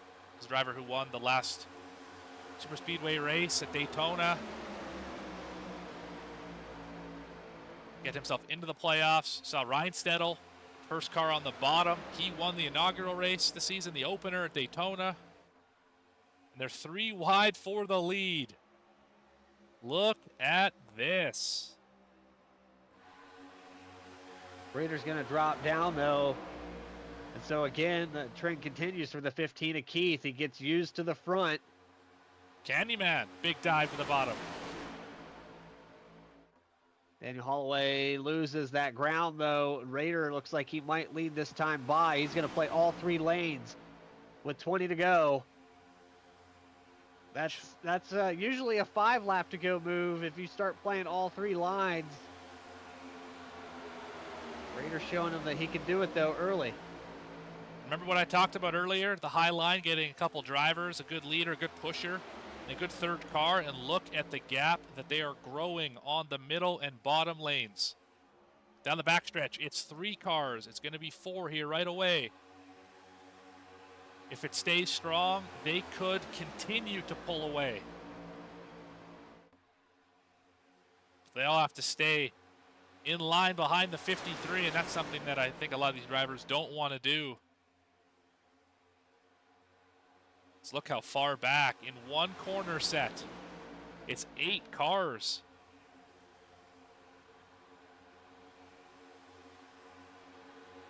It's probably the longest that we've seen the outside prevail. We saw it earlier with the 53 before we had that caution where he was able to go all the way to the front. He ends up dropping back a little bit. There's the driver just ahead of Travis Gilbert, 77 of Grant Thorpe, who was leading that second group. And once they caught up to that front pack, it all kind of fell apart.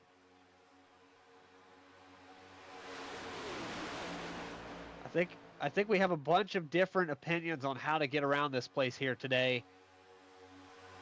And they're fighting amongst themselves for track position. But ultimately, I think the outside line, as we mentioned before, is going to end up prevailing in this race. I think that's a good bet here tonight. And oh, did I mention the pit window opens next time around to make it to the end on fuel?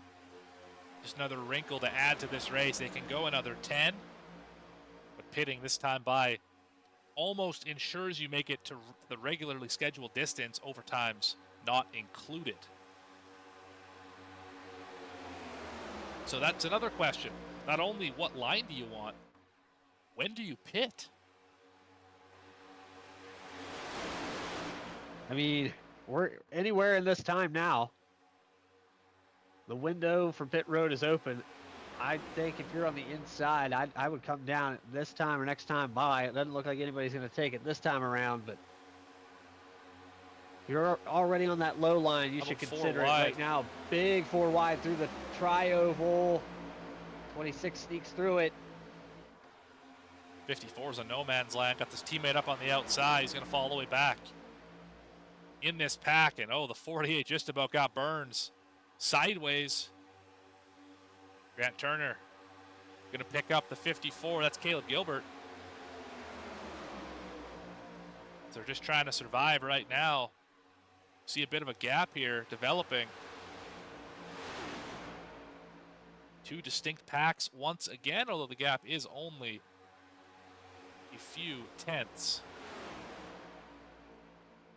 I think these guys are just playing it safe. I think they see the 3 and 4 wide that was happening there a moment ago. Interesting to see that second group. Try to get that stat for you, but most of the guys that have used their fast repair here today are up here in the top 10. In fact, one of those drivers, Rob Rader, is leading the race. Then you have Daniel Holloway, who's used his. A few in the back here, like Joya, Al Likens, they've used them. But there's still a lot of fast repairs left out on this racetrack that have not been used here, these closing laps. Well, Talladega will probably claim a few more of those before we're done. Under 20 laps to go, and we got 4 wide again. Oh my goodness. Back down to 3 wide, but that second group, it's back. Bourget was in it. Now he is up into 14th position. He's up front. Bottom line, single filed out. Trevor Keith still trying to make the second line work. Will somebody stick with him? I think he's got a teammate behind him this time in Justice Murphy. Would make him feel a little bit better about not getting hung out to dry for what feels like the 40th time today. No one wanting to work with the 15. Too long. And look at this 11. Just quietly riding around in the top 5. That's Dustin Reinstedel. Glad to have him back in the series. Done a great job tonight, just hanging around. Will be a factor before this night's over. I am sure of it. As we close in on 15 laps to go.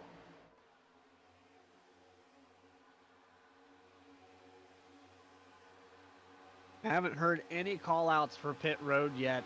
These drivers might stretch it as far as they can. I think it's just going to be a matter of who blinks first.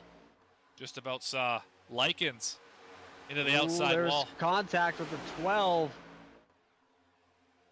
He gets shuffled out of line. It looks like some of these guys are trying to get down low for pit road. They are pitting right now. Raider going to bring it down the pit lane. A surprise call out. And a bunch of them hitting the pit road. I think it's about a dozen cars right there. Will they be able to make it to the pit box? That's a question. But for now, the first pit stop shot has been called.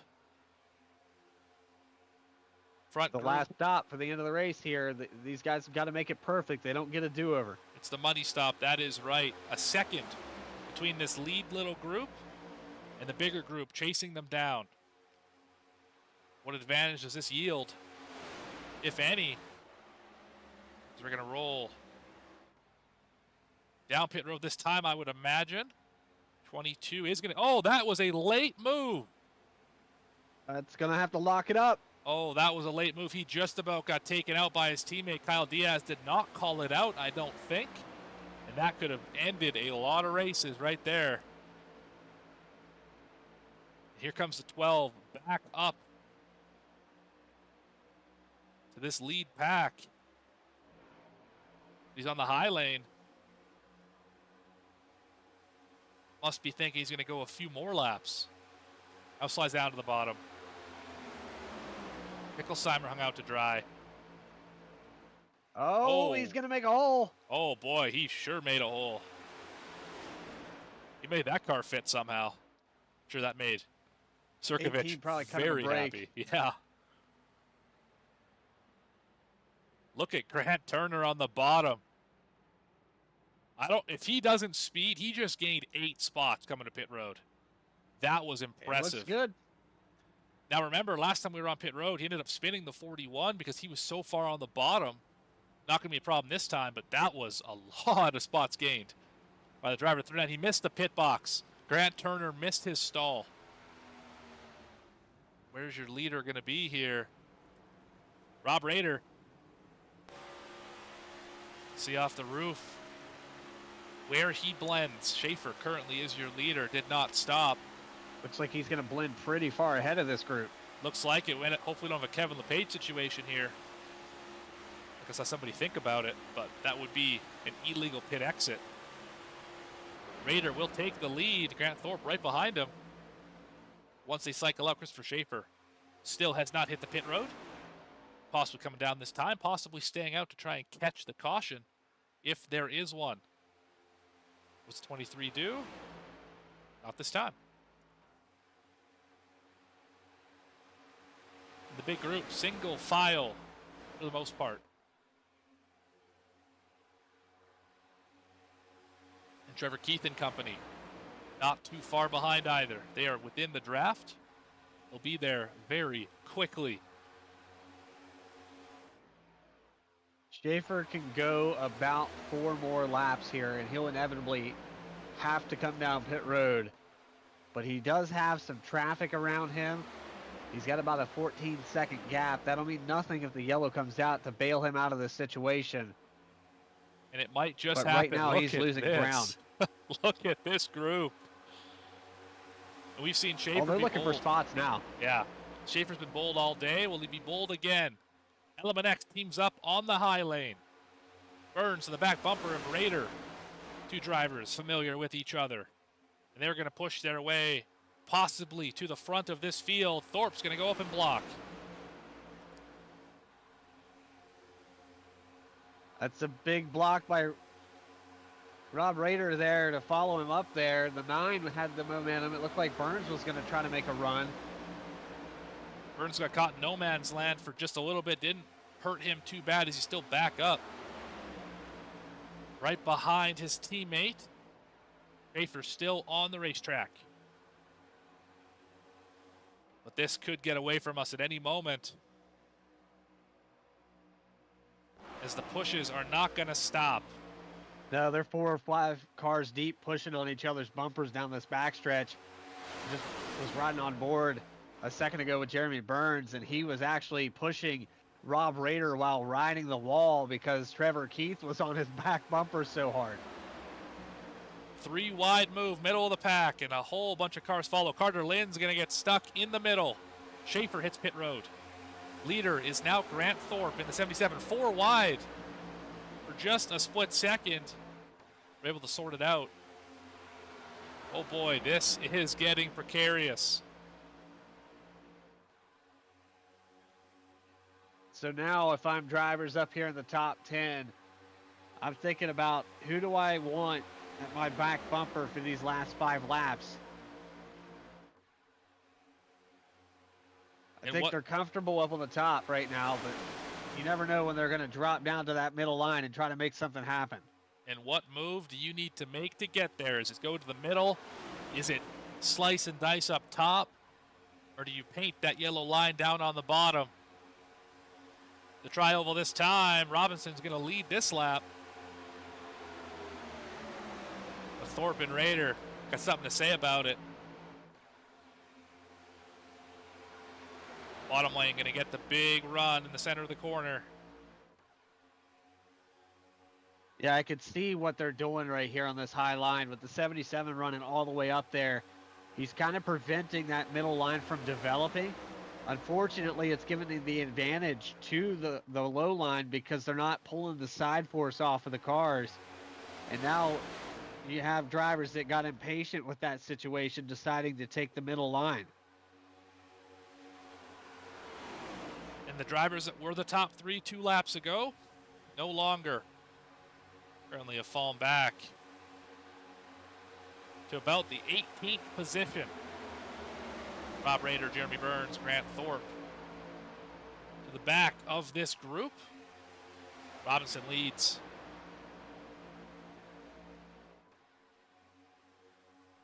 They could also be saving fuel back there. They might be thinking green-white checker. That could be possible. Remember, those 3 cars, the first ones to hit the pit lane as well.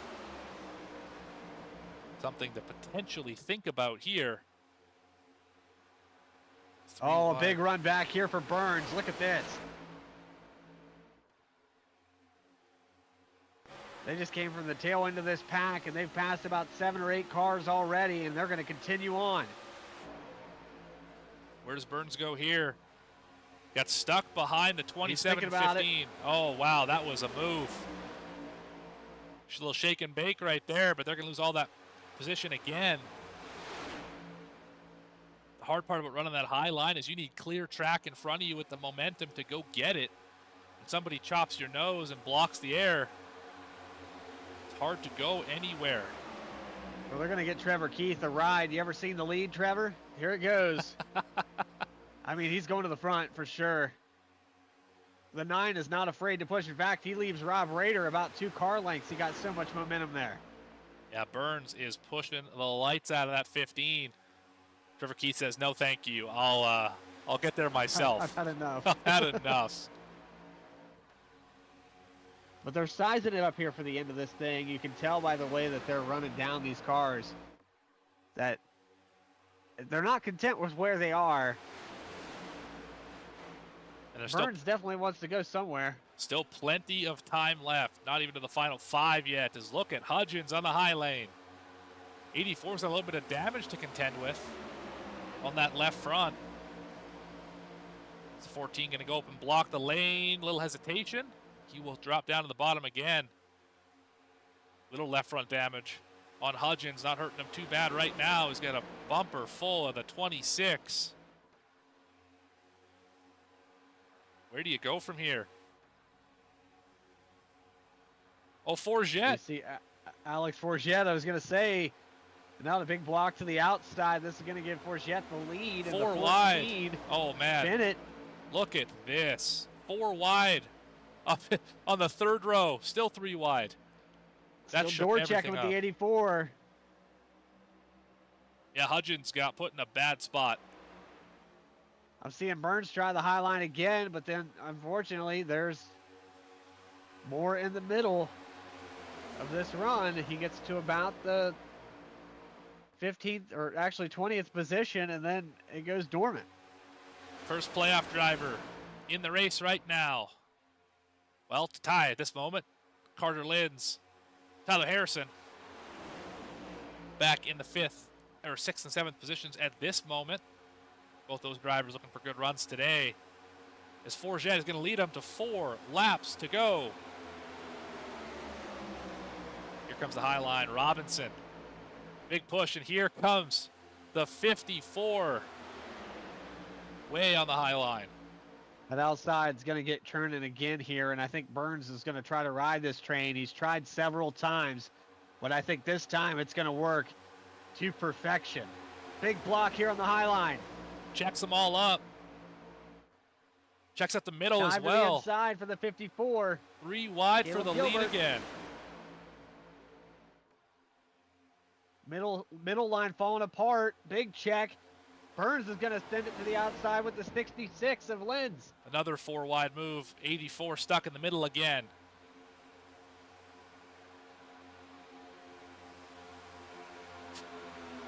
Way to go.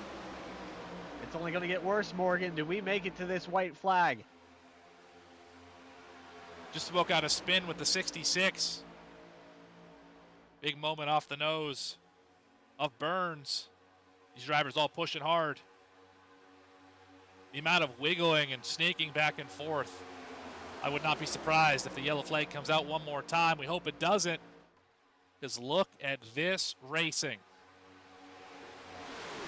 For me, it's these last second blocks. These drivers know that the outside is coming. And you get such a big run. When a driver jumps up to block your lane, it's a good chance that you're going to end up bump drafting the guy that's pushing the pusher. And we've seen it already a few times tonight, Morgan, where it doesn't work out. You're right about that. With 2 laps to go, you got to try everything in your toolbox to try and get up there. The top 5. Diaz is trying something here.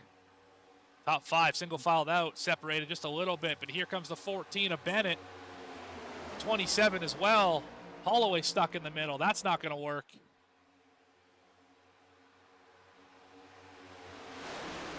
'27 of Kevin Orlando Too much Jr. of a push out on the bottom there. They pushed away too far. Coming to the white This is gonna be flag. accordion. I think Kevin Orlando is going to take the lead here through the tri-oval. Yes, he is. And for the white flag, we're going to make it. presented by Erhardt Homes. Love where you live. Big block by the 1. Burns got stuck in the middle here. He's going to fall back. Inside line out to 3 car lengths. But here Another comes surge here for Orlando. the 27. It's not over yet. Robinson leads into turn 3 for the final time tonight. Top lane, do they have enough momentum? I don't Here know. comes the 12. Out of turn 4, they're blocking all over the place. The 1 to the bottom, 1's going to get spun to the inside. Justice Murphy. And how about this? Michael The 14 down Bennett. to the bottom. He gets it. Bennett got him by inches. 3/1000ths of a second. Oh my goodness.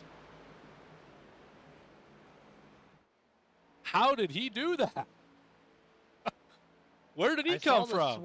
I saw the swing there after the 1 got turned across the nose, and then I believe it was Grant Thorpe that went up to the middle to block after that move. but Michael Bennett Wow. just didn't lift. He Wow. saw that and just took it to the apron, right on the yellow line there. Unreal.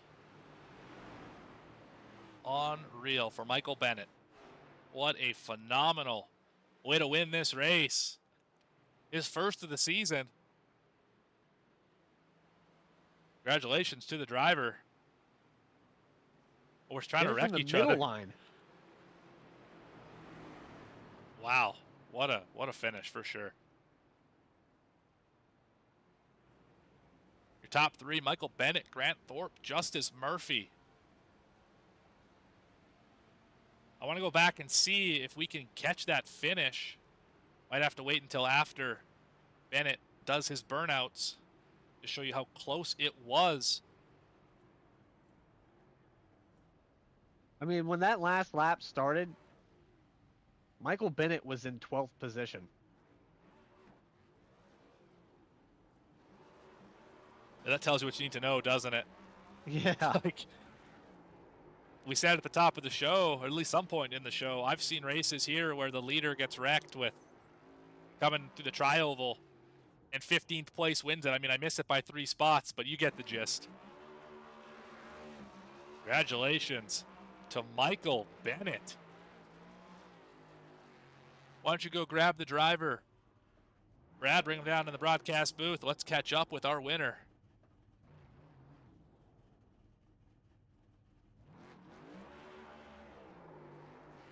I'm hunting. I got him. Michael Bennett, Morgan and Bradley up in the booth. You got a copy. Yes, sir. What's going on, fellas? Goodness gracious. How did you do that on the final lap, 12th to 1st, shades of the Big E? Tell us about it. Really just a lot of work from teammates, man. I told when we were coming out of 4 there, I told Nick, I was like, look, dude, just stay on me. We had the perfect little gap back from, looks like Grant and Rob.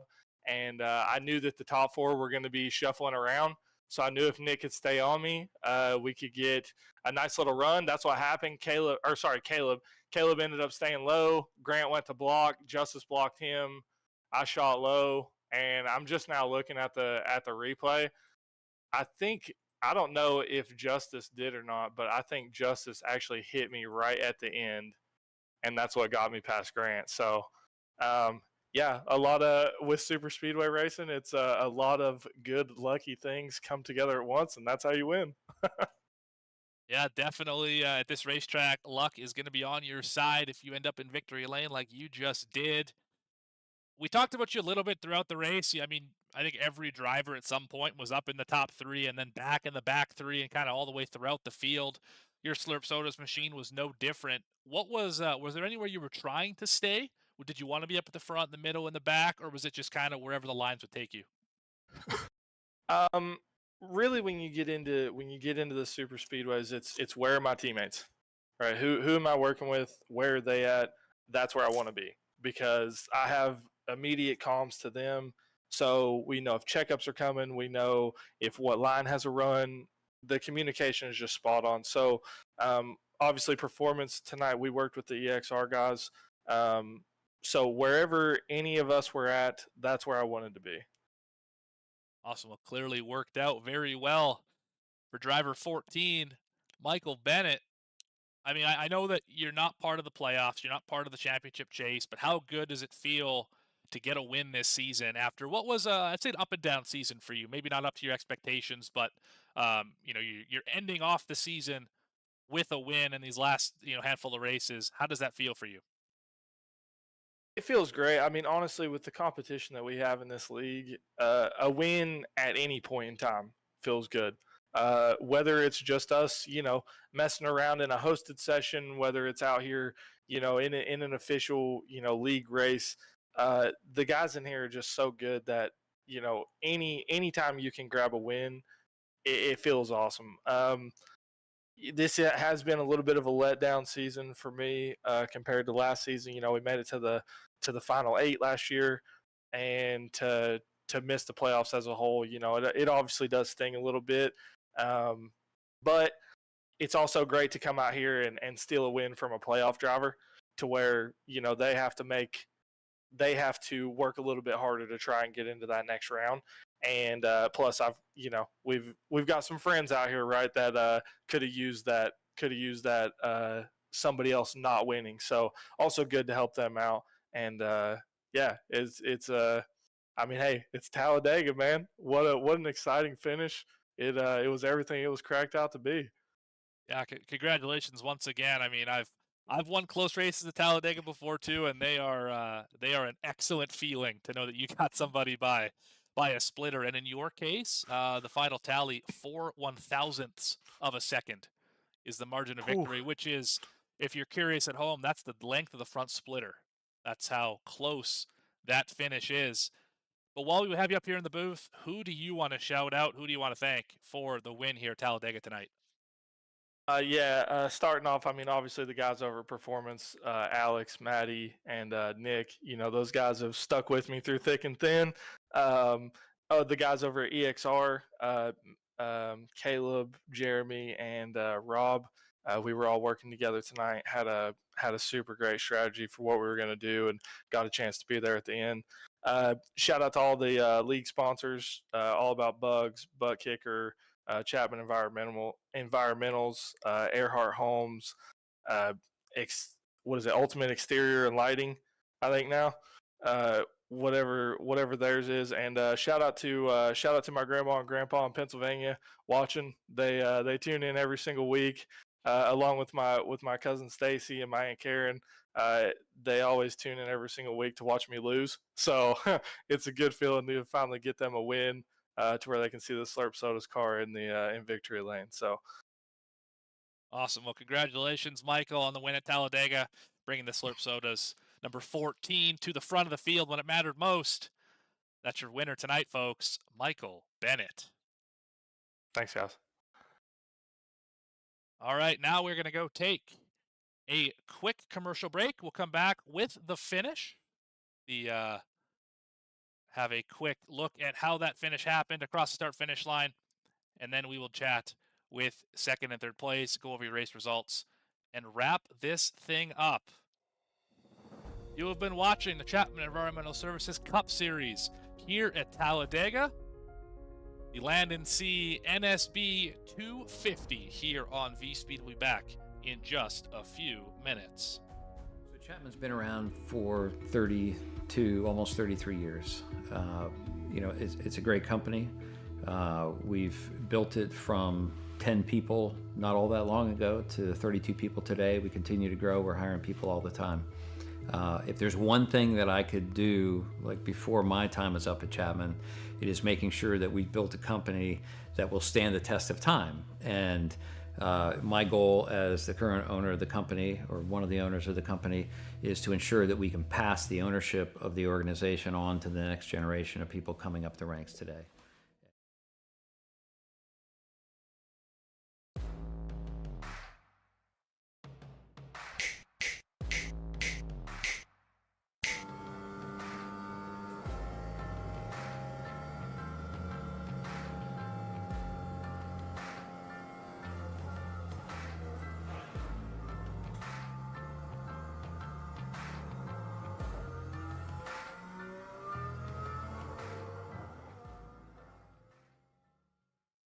One area of our business where we impact the local communities pretty heavily is the school systems.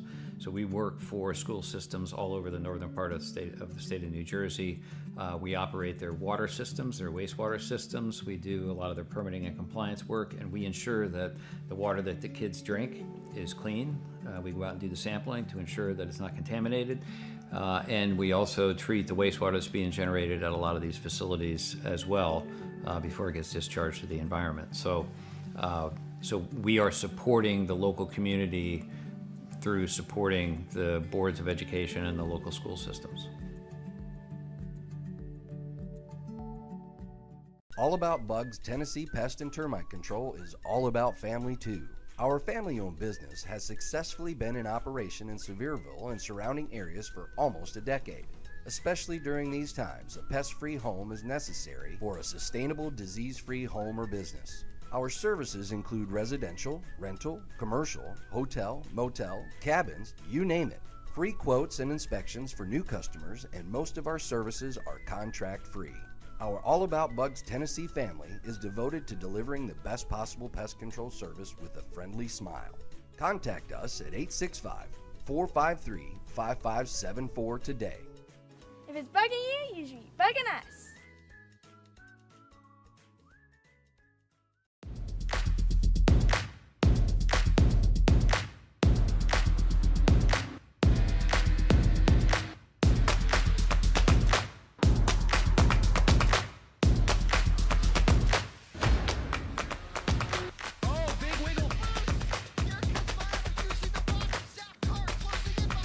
And here comes Milo, big run out of 4. He's going to be there. Tristan Martin's there. Cannot count out to 37. Oh! No, gets burned! Cabot, where did he come from? Here comes Zwack. A punch from the 33. It's a drag race. The Magic Man wins it Auto Club.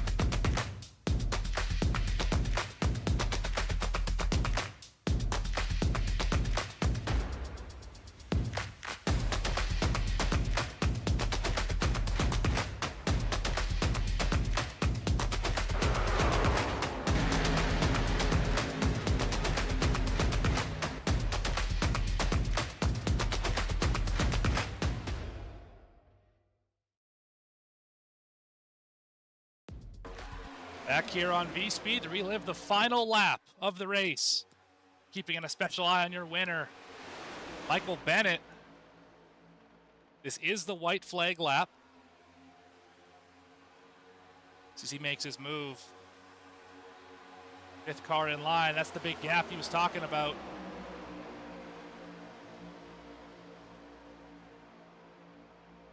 Down the backstretch behind the 20, or the 77.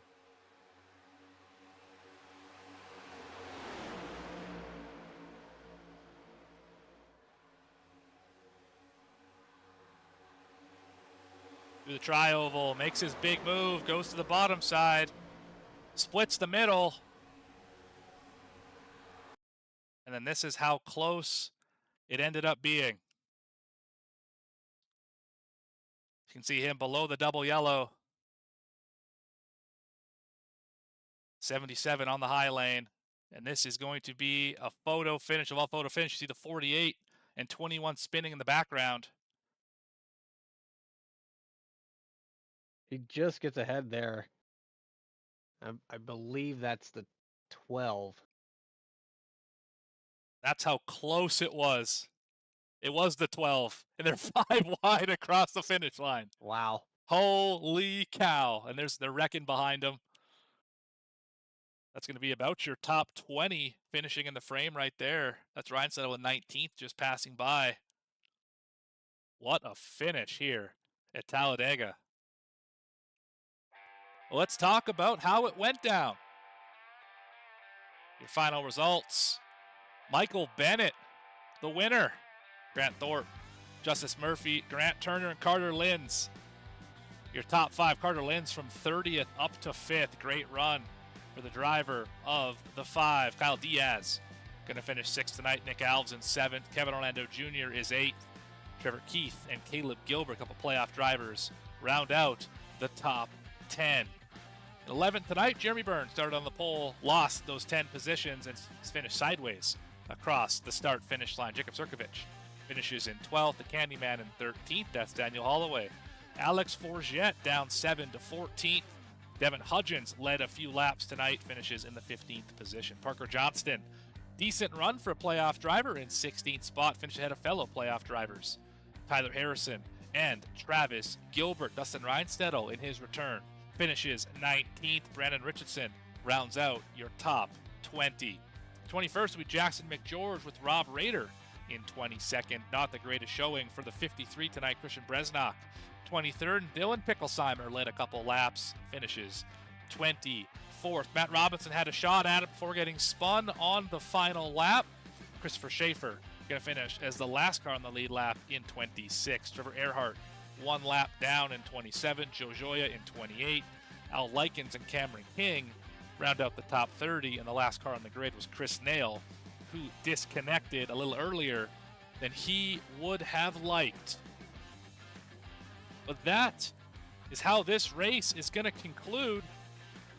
Bradley is working his way down to catch up with your top 3 finishers. We'll get you those interviews in just a second here, as he's caught up with Grant Thorpe. Yeah, I got Grant Thorpe down here on pit road. Grant, you had an up and down day. You'd actually got caught behind in a second group of cars and fallen off of the lead group. But then we threw a caution, kind of reset everything, put you back on a level playing field. You actually caught him by yourself leading that group. Then they throw that yellow, put you back mid-pack. You're kind of in the same boat as our race winner. You were outside the top 10 coming to the white flag. You somehow worked your way up to the very front. Yeah, it was unfortunate losing the draft there early in the run after the stage.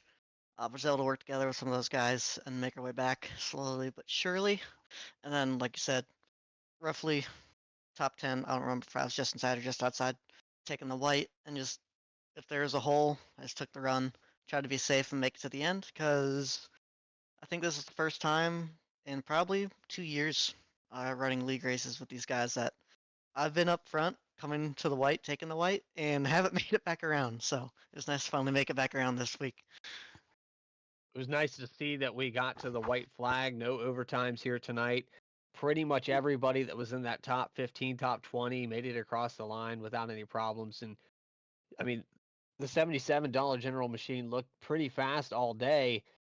Do you feel like there was anything you could have done on that last corner to maybe win this race? I know you were very close. I probably could have side drafted Bennett there coming to the line. I thought he was still outside of Justice coming out of the tri-oval, so I didn't want to just go down and door bang him and cause a big wreck. So had I paid a little bit better attention, I probably would have gotten down on his door, tried to side draft him, but even then, not sure it would have been enough with those cars lined up behind him. But that's what I would have done. Hopefully it would have worked out, but unfortunately it didn't, but I'll take P2. Well, hindsight's always 20/20. Let's talk about that second place finish. Congratulations on that. And I know that Appreciate it. with that yellow spoiler on the back, this was one of those important races that you probably circled on the calendar.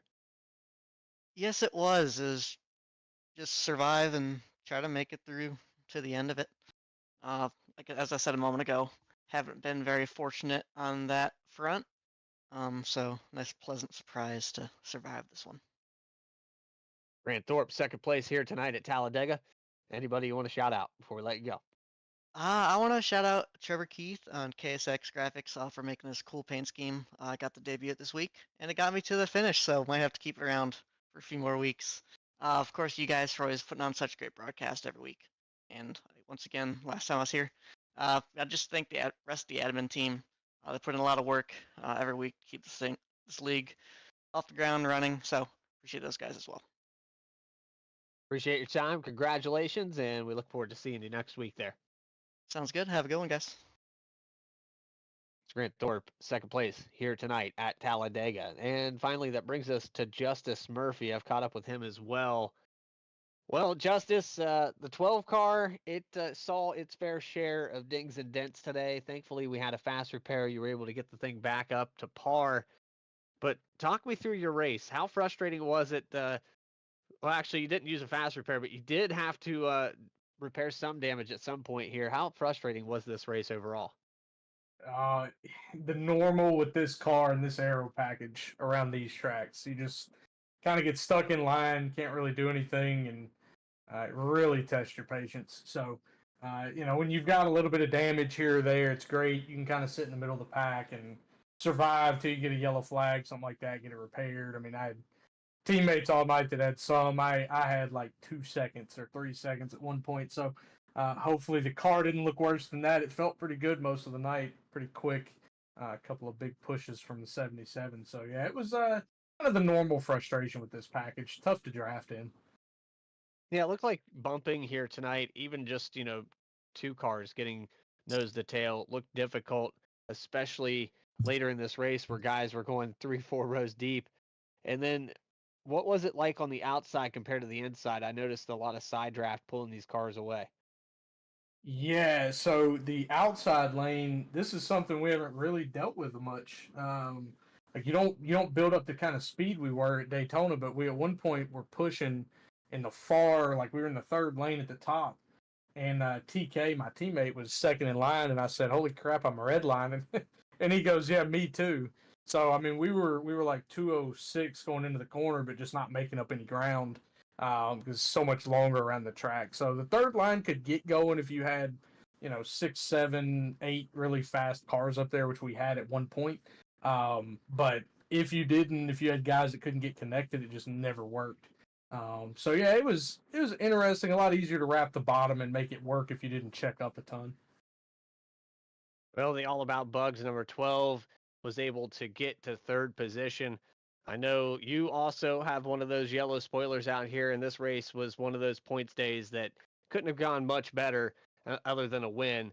How does it feel to know that you're that much closer to the round of 8? Yeah, it feels good. I thought maybe I was going to get a chance to run to the line there. Maddie and the one kind of slid up there, and I tried to duck down, spun him. He kind of spun off my nose, lost momentum, so 77 and 14 battle it out. But third place points day, pretty big. It was -3 to the cut line coming in. Pretty strong normally on the road courses, aside from Watkins Glen. So thank God we're not going back there. So yeah, hopefully go have a good solid run next week. Stage points, top 10 finish should get us through, and then on to the round of 8. That's what we're hoping for. And finally, Justice, that brings us to the segue of who do you have to thank for tonight's performance?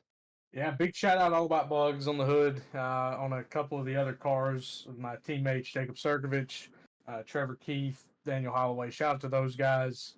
We worked together tonight with Trevor Erhardt, Parker Johnston. Those guys were in on strategy. We kind of together all night. Shout out the 77. We had a couple of big runs together. All the league sponsors, Ultimate Exterior Lighting, Erhardt Homes, Coastal Financial, Chapman Environmental, Buttkicker, All About Bugs again. Big shout out to the race sponsor, Landon C. NSB. Hopefully those guys are safe down there. Got a couple of guys down in Florida close to where that hurricane's coming through. So hopefully those guys are good. And then shout out to you guys as always. Great broadcast and fun to go watch these things back. Appreciate your time, Justice Murphy, and we look forward to seeing you next week. Absolutely. Thank you, boys. There you have it, your top 3 here tonight from Talladega. What a finish. I mean, 5 wide there just behind him.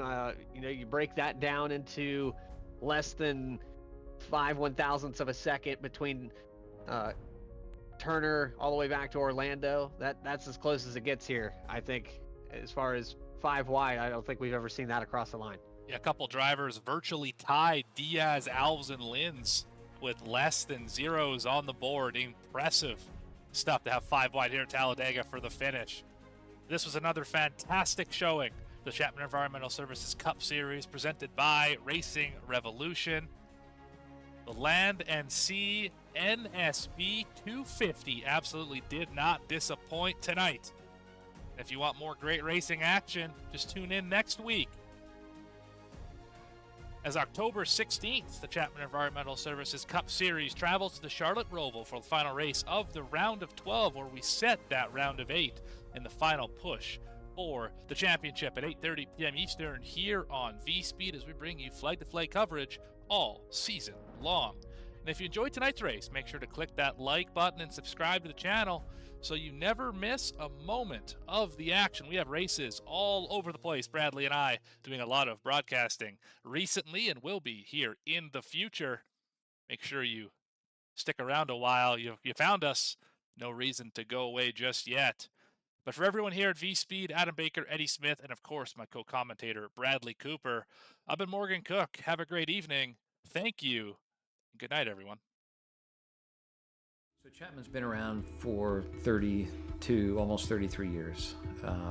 It's a great company.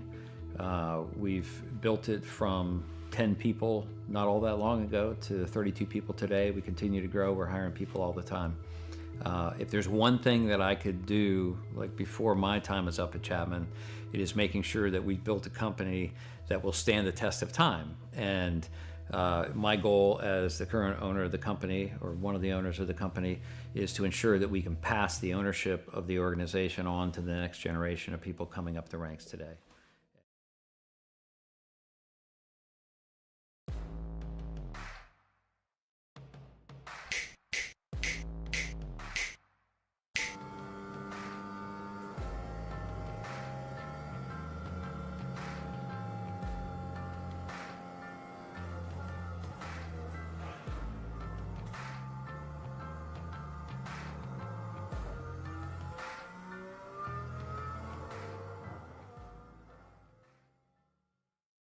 One area of our business where we impact the local communities pretty heavily is the school systems. So we work for school systems all over the northern part of the state of New Jersey. We operate their water systems, their wastewater systems. We do a lot of their permitting and compliance work, and we ensure that the water that the kids drink is clean. We go out and do the sampling to ensure that it's not contaminated. And we also treat the wastewater that's being generated at a lot of these facilities as well before it gets discharged to the environment. So we are supporting the local community through supporting the boards of education and the local school systems. All About Bugs Tennessee Pest and Termite Control is all about family too. Our family-owned business has successfully been in operation in Sevierville and surrounding areas for almost a decade. Especially during these times, a pest-free home is necessary for a sustainable, disease-free home or business. Our services include residential, rental, commercial, hotel, motel, cabins, you name it. Free quotes and inspections for new customers, and most of our services are contract-free. Our All About Bugs Tennessee family is devoted to delivering the best possible pest control service with a friendly smile. Contact us at 865-453-5574 today. If it's bugging you, you should be bugging us.